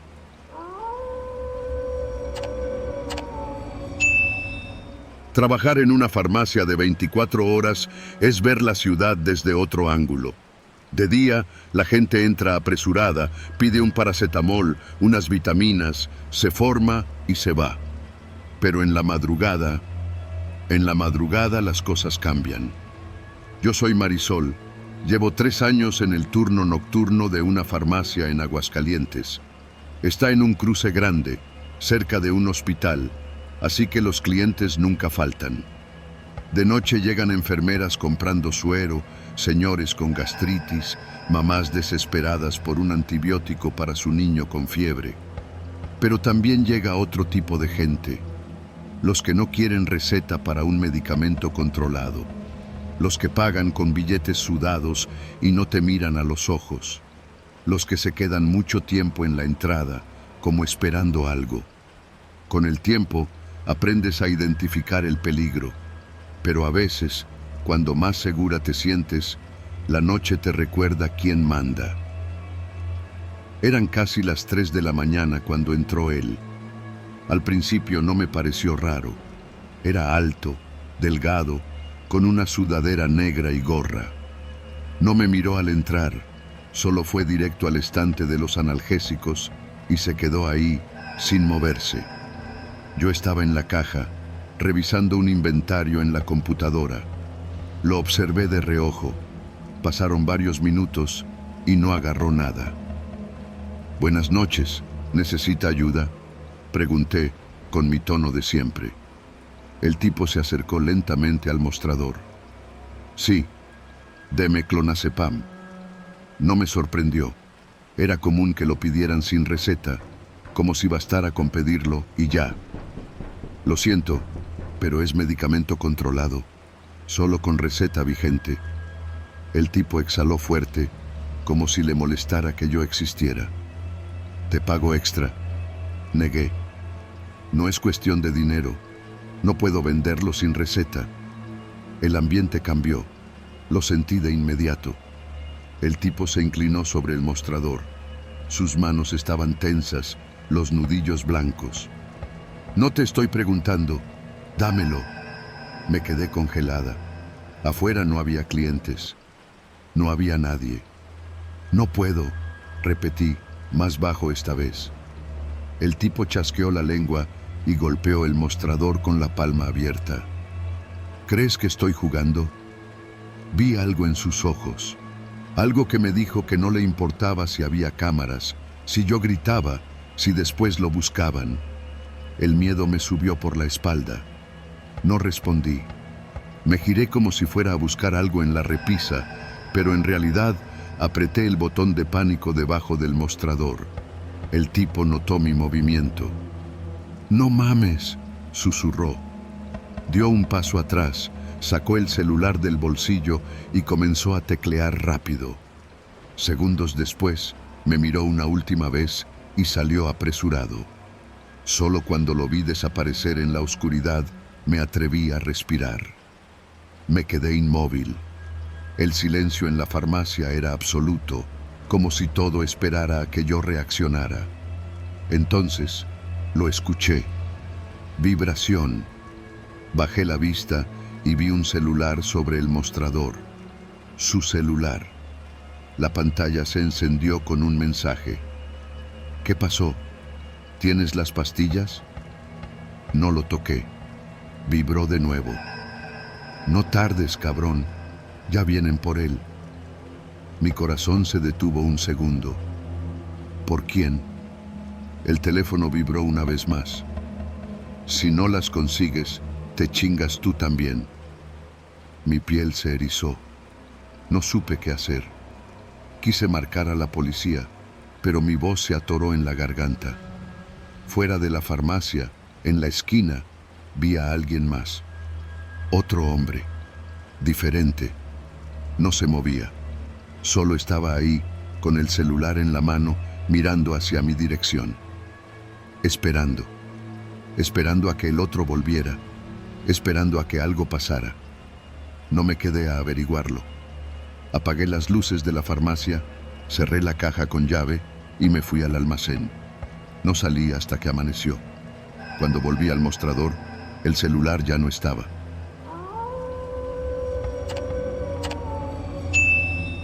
Las madrugadas en la estación de bomberos de San Luis Potosí son largas y silenciosas. Afuera, el viento seco mueve el polvo sobre el pavimento y en el fondo se escuchan los ladridos distantes de perros callejeros. La mayoría de las noches no hay emergencias. La ciudad duerme y nosotros esperamos, listos para cuando el desastre decida aparecer. Esa noche no era diferente.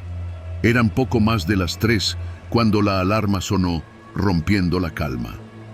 Incendio en un almacén agrícola, kilómetro 9 de la carretera federal. No se escuchaba tensión en la voz del operador. Seguramente algún cortocircuito, un accidente con maquinaria, algo manejable. Nos subimos a la unidad y salimos de inmediato. El camino era oscuro, sin tráfico, solo luces esporádicas de algún tráiler estacionado en la orilla. Todo indicaba que sería una intervención rápida. Nos equivocamos. Desde lejos, vimos el resplandor anaranjado iluminando el cielo.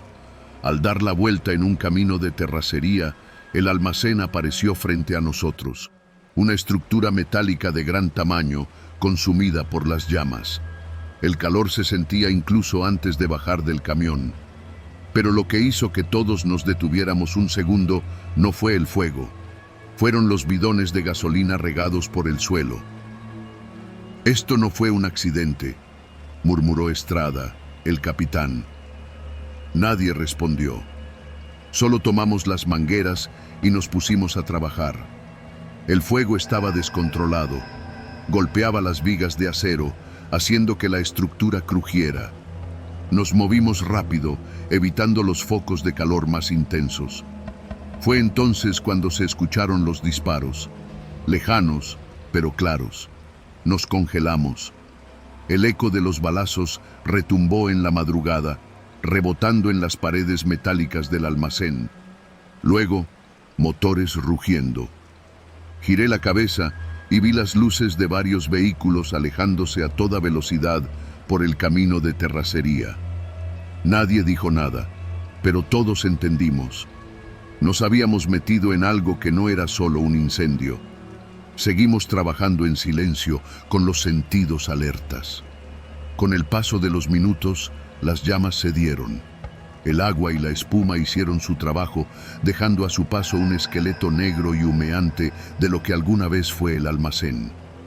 Cuando el peligro inmediato pasó, Estrada nos reunió. No encontramos a nadie adentro, ni trabajadores ni guardias. Esto es intencional. Nadie discutió. No había cuerpos ni señales de que alguien hubiera intentado detener el incendio. «Nos vamos en cuanto terminemos aquí», agregó. «No queremos quedarnos más tiempo del necesario». Asentimos y seguimos con las labores de enfriamiento. Pero en mi cabeza, algo no cuadraba. Si el incendio era provocado, ¿por qué llamaron a los bomberos? Fue entonces cuando escuché el ruido. Un golpe seco dentro de las ruinas del almacén. ¿Oyeron eso?, pregunté. Mis compañeros también levantaron la cabeza. Otro golpe. Algo o alguien estaba ahí adentro. Estrada me miró. Vamos. Nos acercamos con cuidado. Entre el humo y las cenizas distinguimos una sombra entre los restos calcinados. Al principio pensé que era un animal, pero cuando la figura se movió y vi sus manos, entendí que era una persona. Nos apresuramos. Era un hombre, cubierto de hollín, con el rostro lleno de cortes y la ropa chamuscada. Tenía la boca cubierta con cinta gris. Cuando me vio, intentó gritar, pero solo salió un sonido ahogado. Me apresuré a arrancarle la cinta. ¡Ayuda! ¡Por favor! Su voz era un jadeo desesperado. Nos miramos, sin necesidad de palabras. Este hombre no estaba aquí por accidente. Lo habían dejado. Lo habían intentado quemar junto con el almacén. Lo sacamos a rastras y lo llevamos hasta la ambulancia. Mientras los paramédicos lo estabilizaban, el tipo seguía repitiendo lo mismo, entrecortado por la falta de aire. Me iban a matar. Ellos lo quemaron todo. ¿Quiénes?, le preguntó Estrada. Pero el hombre solo negó con la cabeza. Temblaba. Sabía que hablar de más también podía costarle la vida. Cuando terminamos y recogimos el equipo, Estrada nos reunió de nuevo. Nos largamos. Nadie discutió. Subimos al camión y arrancamos sin mirar atrás. No llamamos a la policía. No dimos más detalles en el informe. Alguien había hecho ese incendio para borrar algo, y no teníamos intenciones de ser parte de eso. Esa noche entendí que no hay peor fuego que el que no puedes apagar.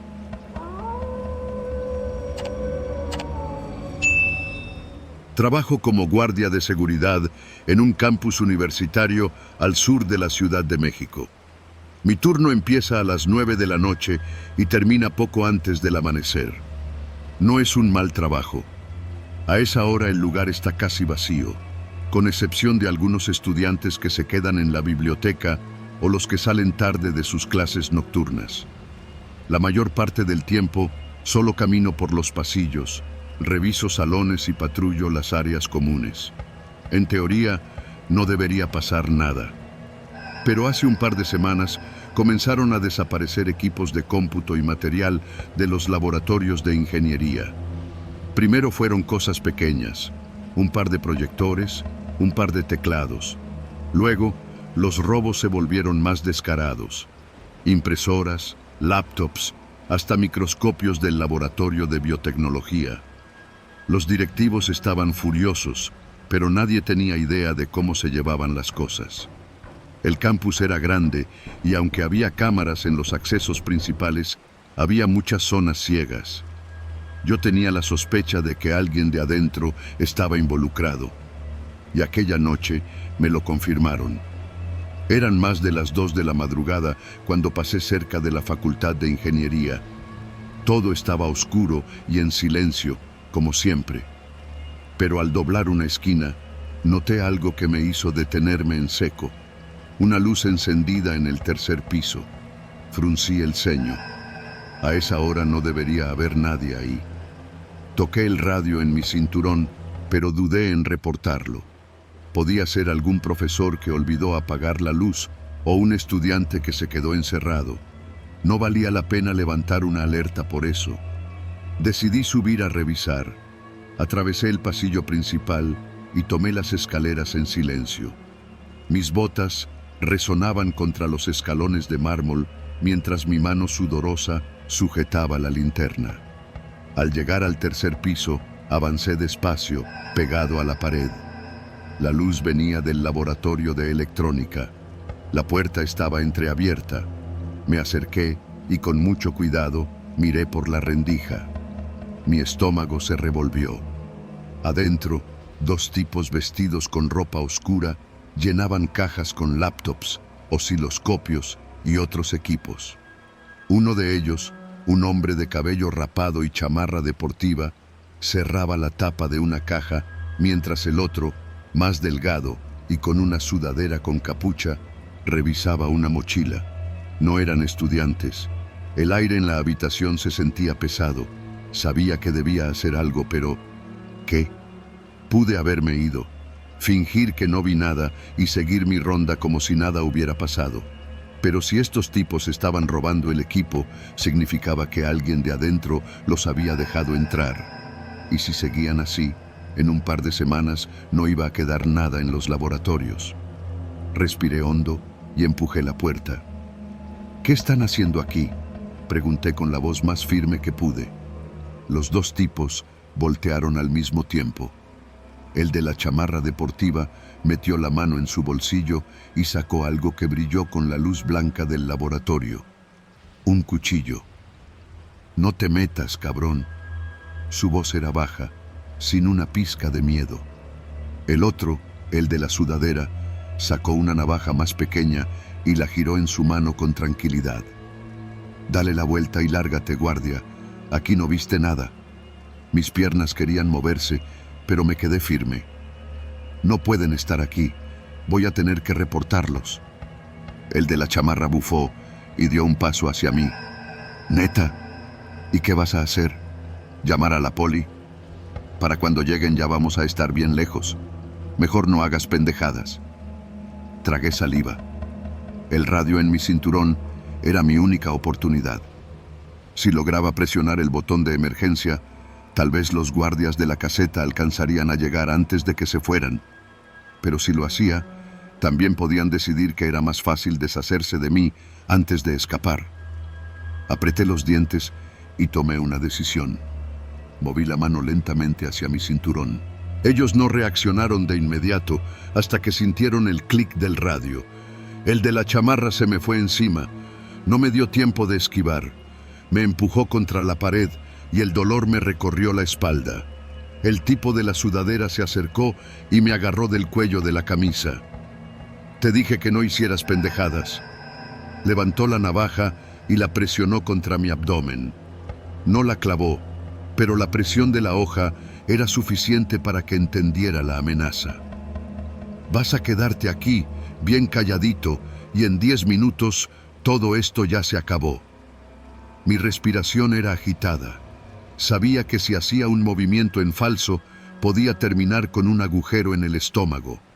Pero ellos no sabían que ya había activado la alerta. Desde la caseta, los otros guardias debían haber recibido la señal. Solo tenía que aguantar. El de la chamarra me soltó de golpe. «Si te metes en esto otra vez, la próxima no vas a estar tan pinche vivo». Recogieron las cajas con prisa y salieron del laboratorio. Yo me quedé apoyado contra la pared, respirando rápido, con el pulso golpeándome en los oídos. Unos segundos después, escuché el sonido que más alivio me ha dado en la vida. Sirenas. Los tipos no llegaron muy lejos. Cuando intentaron salir por la puerta trasera, los policías ya estaban esperándolos. No sé si alguien más los había visto o si mi alerta fue suficiente, pero los agarraron antes de que pudieran escapar. No dijeron nada. No mencionaron a nadie más. Pero yo sabía que no estaban solos. Alguien les había abierto la puerta. Alguien les había dado acceso a los laboratorios. Un profesor, un administrativo, tal vez otro guardia. No quise averiguarlo. 2 días después, presenté mi renuncia. No quise esperar a ver si alguien más venía a decirme que me quedara callado, porque en la noche, en ese campus, aprendí que el miedo no viene de la oscuridad, viene de los que creen que nadie los está viendo.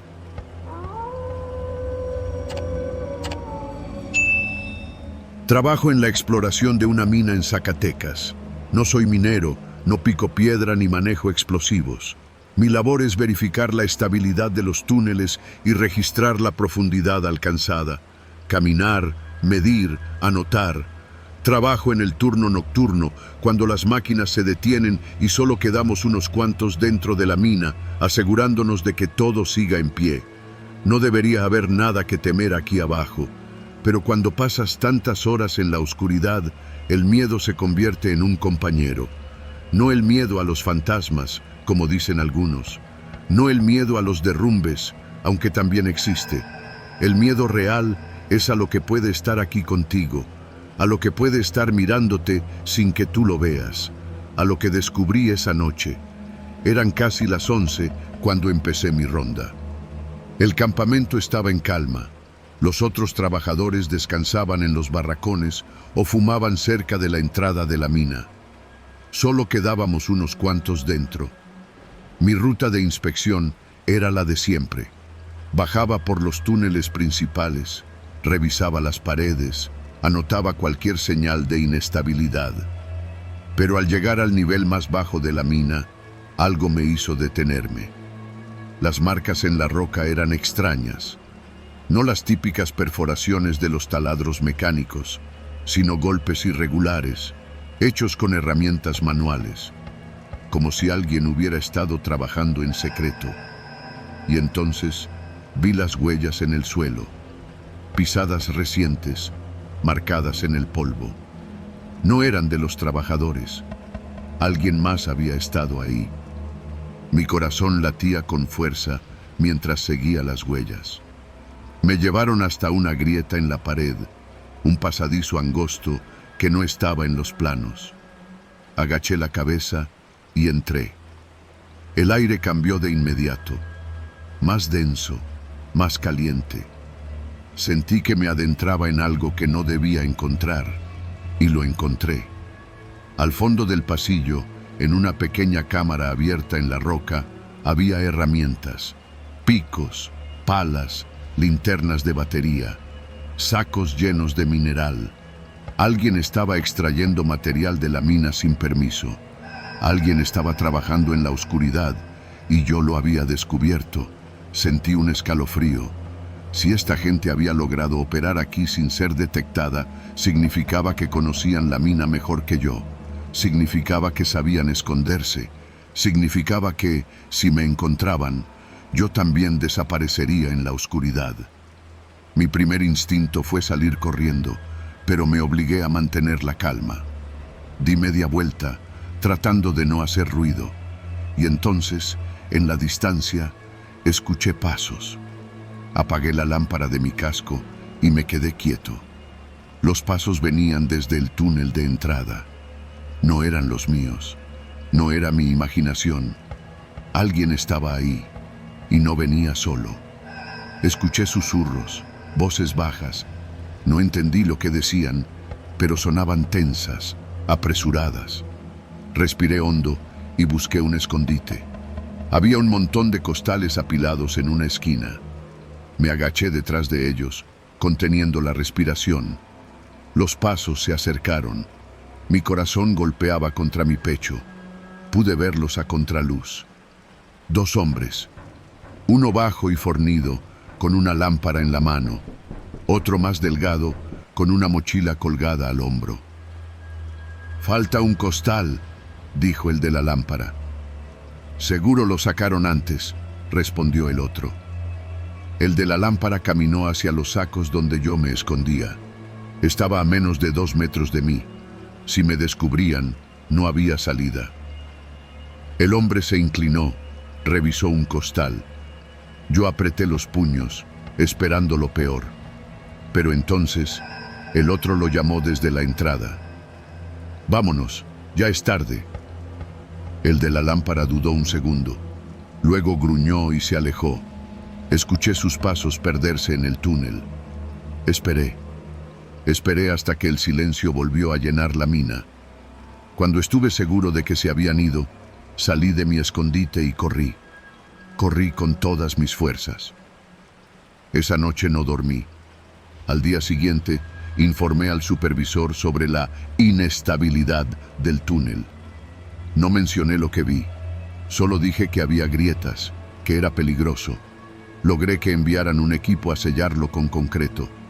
Pensé que con eso acabaría todo, pero no fue así. 2 noches después, me despertó un ruido afuera de mi barracón. Pasos. Alguien estaba ahí. Apenas me levanté de la cama, alguien golpeó la puerta. Toques secos, insistentes. Me quedé inmóvil. No abrí. Los golpes se detuvieron. Esperé varios minutos antes de asomarme por la ventana. No había nadie. Pero en la puerta, clavado con un cuchillo, había un costal pequeño, un costal con mineral y una nota escrita en papel sucio. Solo 2 palabras: no te metas.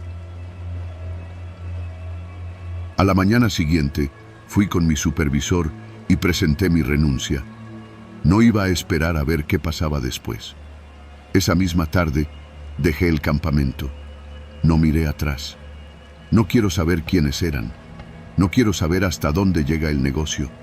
Solo quiero olvidar que por una noche vi lo que no debía ver y que ellos lo saben.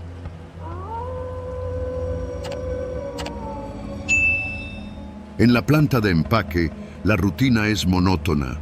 Cajas de cartón avanzan por la banda transportadora, los trabajadores revisan la fruta, sellan, etiquetan, apilan. Las mismas naranjas, los mismos mangos, las mismas órdenes de exportación para los supermercados en Estados Unidos. Trabajo el turno nocturno desde hace 4 años. La mayoría de las veces, lo más emocionante que pasa es que se descompone la banda o que alguien se corta con la engrapadora. Pero esa noche, la rutina se rompió. Y mi vida también. Fue con algo pequeño, unas cajas con peso inusual. Lo noté cuando pasé por el área de sellado y vi a Jaime, uno de los empacadores, batallando para mover una. La subía a la tarima con esfuerzo, como si no esperara que pesara tanto. ¿Qué traen esas?, pregunté.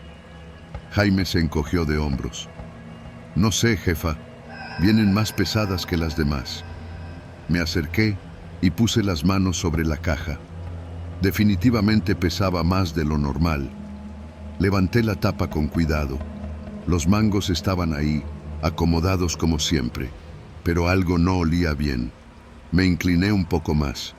Bajo el aroma dulce de la fruta había algo más. Un olor químico, plástico, amoníaco, algo difícil de describir pero imposible de ignorar. Sentí un escalofrío en la espalda. Metí la mano entre la fruta y palpé algo más duro, algo envuelto en plástico bajo los mangos. Levanté la vista y me encontré con la mirada de Jaime. No diga nada, jefa, murmuró con los ojos muy abiertos. ¿Desde cuándo pasa esto?, pregunté en voz baja. Él tragó saliva. Yo solo trabajo, jefa. Supe que no diría más. Cerré la caja como si nada y la puse en la tarima. Mi corazón latía fuerte, pero mi cara no mostró nada. Seguí mi recorrido por la planta. Sabía que algo estaba mal, pero todavía no entendía qué tan mal. El primer aviso llegó esa misma noche. Mi celular sonó mientras revisaba un pedido en la oficina. Número desconocido. Bueno, silencio. Luego, una voz. No preguntes cosas que no te importan. Me quedé helada. ¿Quién habla? Clic. Colgaron. Me levanté de golpe. Mi oficina tenía un ventanal que daba a la planta. Miré hacia afuera. Todo seguía igual. Los trabajadores empacando, la banda transportadora moviéndose, el sonido mecánico de siempre. Pero algo dentro de mí sabía que ya no era una noche normal. Los autos aparecieron al día siguiente, negros, sin placas. Se quedaban estacionados frente a la fábrica con el motor encendido. No bajaban, no entraban, no hacían nada. Solo estaban ahí, mirando. Sabía lo que significaba. Era una advertencia, y yo no sabía qué hacer. Pensé en denunciar, marcar a la policía, decirles lo que vi. Pero, ¿qué les diría? Que encontré algo sospechoso en unas cajas, pero no tengo pruebas porque no me atrevía a abrirlas completamente. Que un empleado me dijo que no preguntara, pero no lo puedo obligar a declarar. Que alguien me llamó para amenazarme, pero fue desde un número desconocido. Y aunque lograra que investigaran, aunque se llevaran las cajas, ¿después qué? Los autos frente a la fábrica me decían exactamente qué pasaría después. Ese día, por primera vez en años, Me fui de la planta sintiendo miedo. En el camino a casa, revisé el retrovisor cada 5 segundos. Al doblar en mi calle, mi boca se secó. Un auto negro estaba estacionado a media cuadra. Ya no era solo en la fábrica, ya sabían dónde vivía. Esa noche no dormí. La decisión llegó sola. Al día siguiente, renuncié. No expliqué nada, solo dije que tenía problemas personales. Mi jefe no hizo preguntas. Para el fin de semana, ya estaba en un camión rumbo a otra ciudad, sin avisar a nadie, sin dejar rastro y sin mirar atrás. A veces me pregunto qué habría pasado si hubiera llamado a la policía, si me hubiera quedado, si hubiera intentado hacer algo. Pero cuando veo un auto negro estacionado en la calle, incluso en otra ciudad, incluso años después, sé que tomé la única decisión que me permitió seguir viva.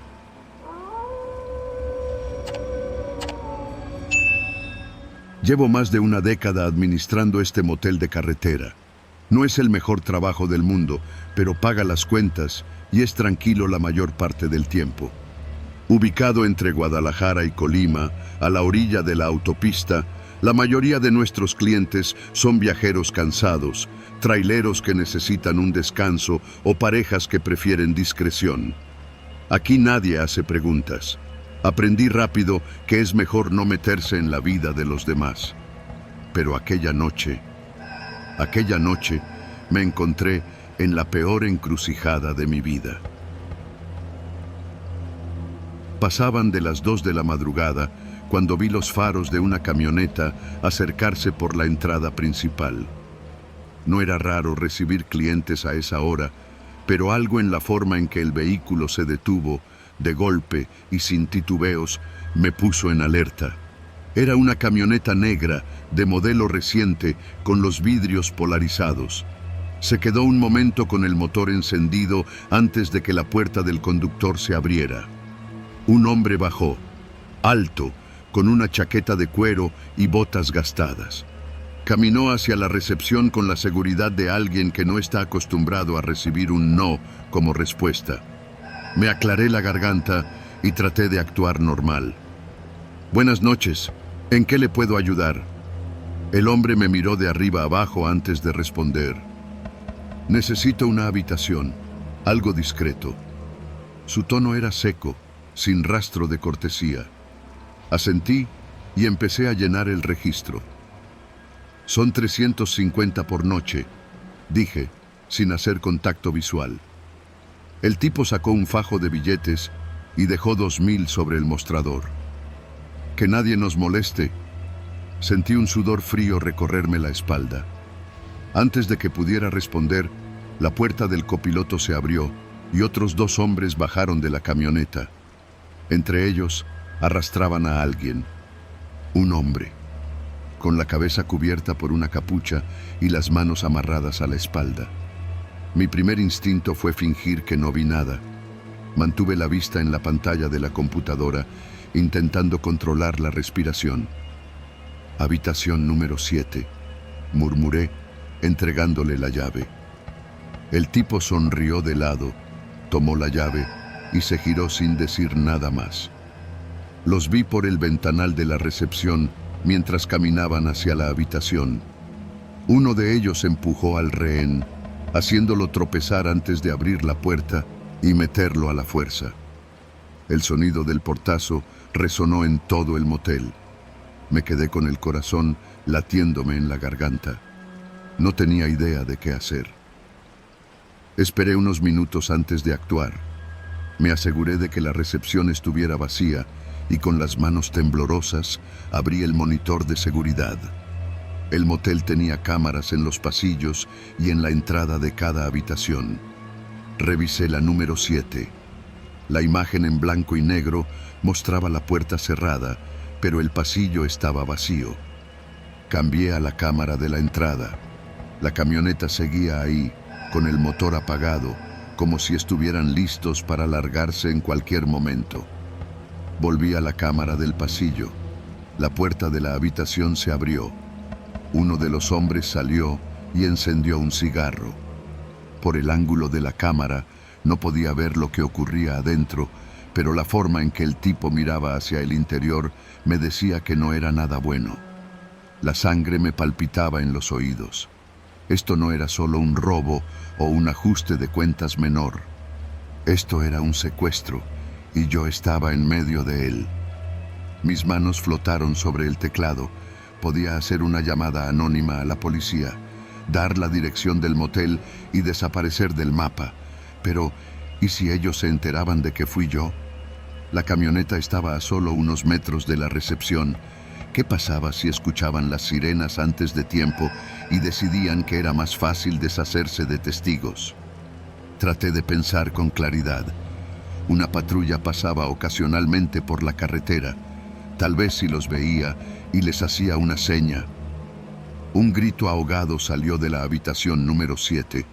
Algo se rompió adentro. Vidrio, tal vez. Mi estómago se revolvió. No podía hacer nada sin asegurarme de que no me vieran.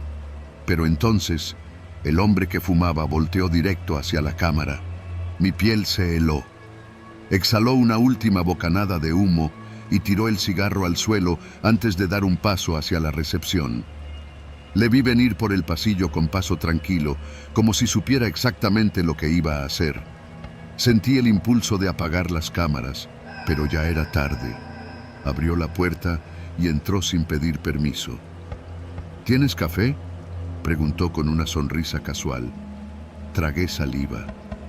Sí, pero es de máquina. ¿Me sirve? Se acercó a la cafetera y se sirvió un vaso. Mientras lo hacía, miró la pantalla del monitor de seguridad. Mi mano tembló sobre el mouse.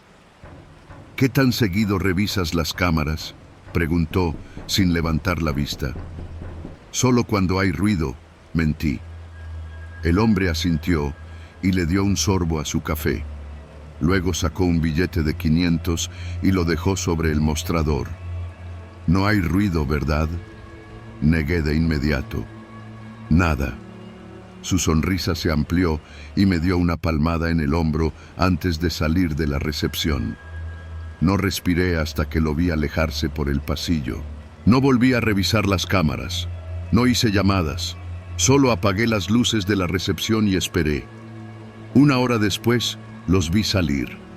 La puerta de la habitación número 7 se abrió y los 3 hombres salieron con calma. Uno de ellos llevaba una maleta. No vi al rehén. No pregunté. Subieron a la camioneta y arrancaron sin prisa. Cuando me aseguré de que se habían ido, me acerqué a la habitación. La puerta estaba entreabierta. Encendí la linterna de mi celular y miré adentro. No había cuerpo, solo un charco de sangre en la alfombra. Esa fue la última noche que trabajé ahí. Al día siguiente, presenté mi renuncia y tomé un camión a otro lugar, porque en las carreteras lo único peor que ser testigo es ser el que hace preguntas.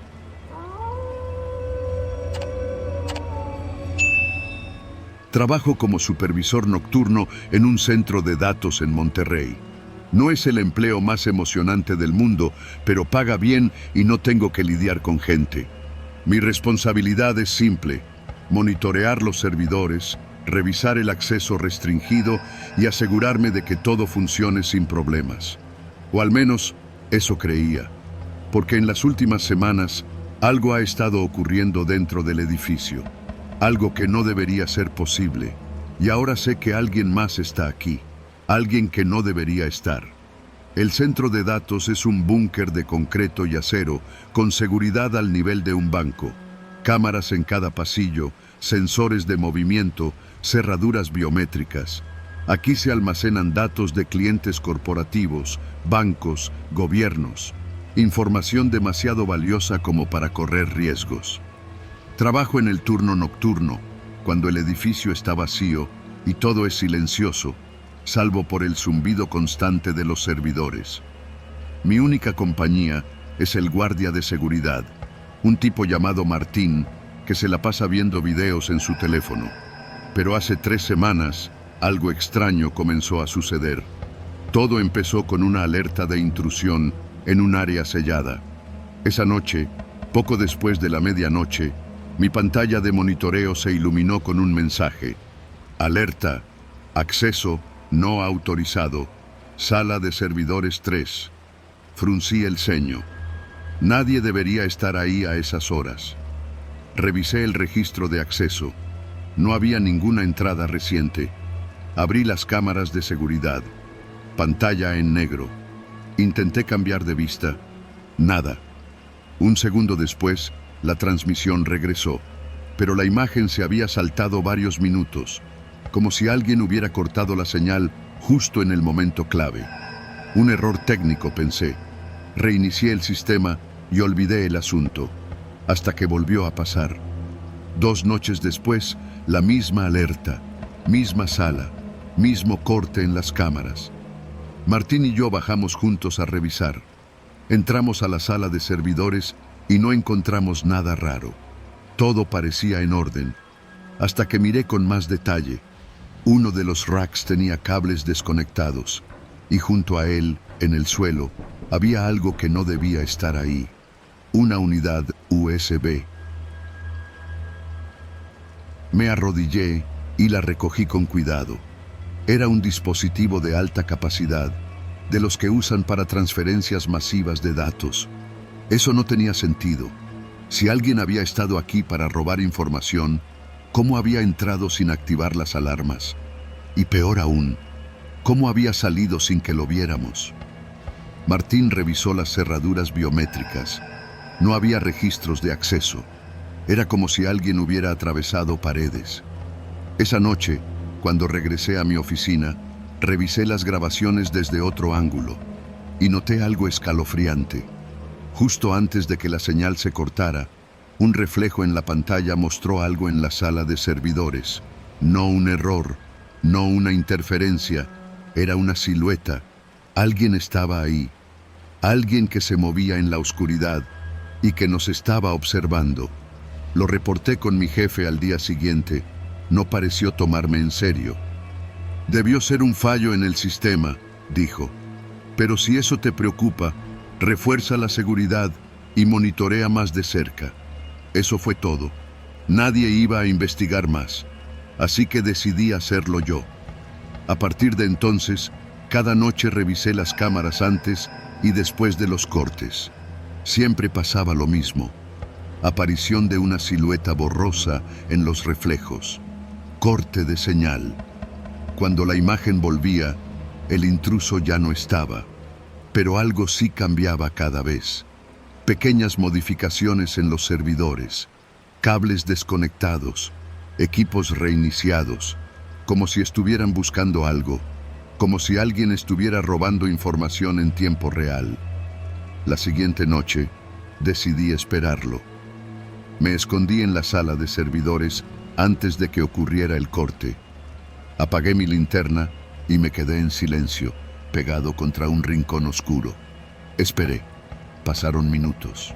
Luego, la alerta. La luz de emergencia parpadeó, y entonces lo escuché. No los zumbidos de los servidores, no el sonido de mis propios latidos. Algo más. Respiración. Lenta, cercana. No podía ver nada en la oscuridad, pero sentía una presencia, una sombra moviéndose entre los racks. Luego, el clic de un dispositivo conectándose a un puerto.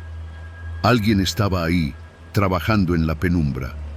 Saqué mi teléfono con manos temblorosas y abrí la cámara, activando el flash de golpe. El destello iluminó la sala. Vi una figura encorvada sobre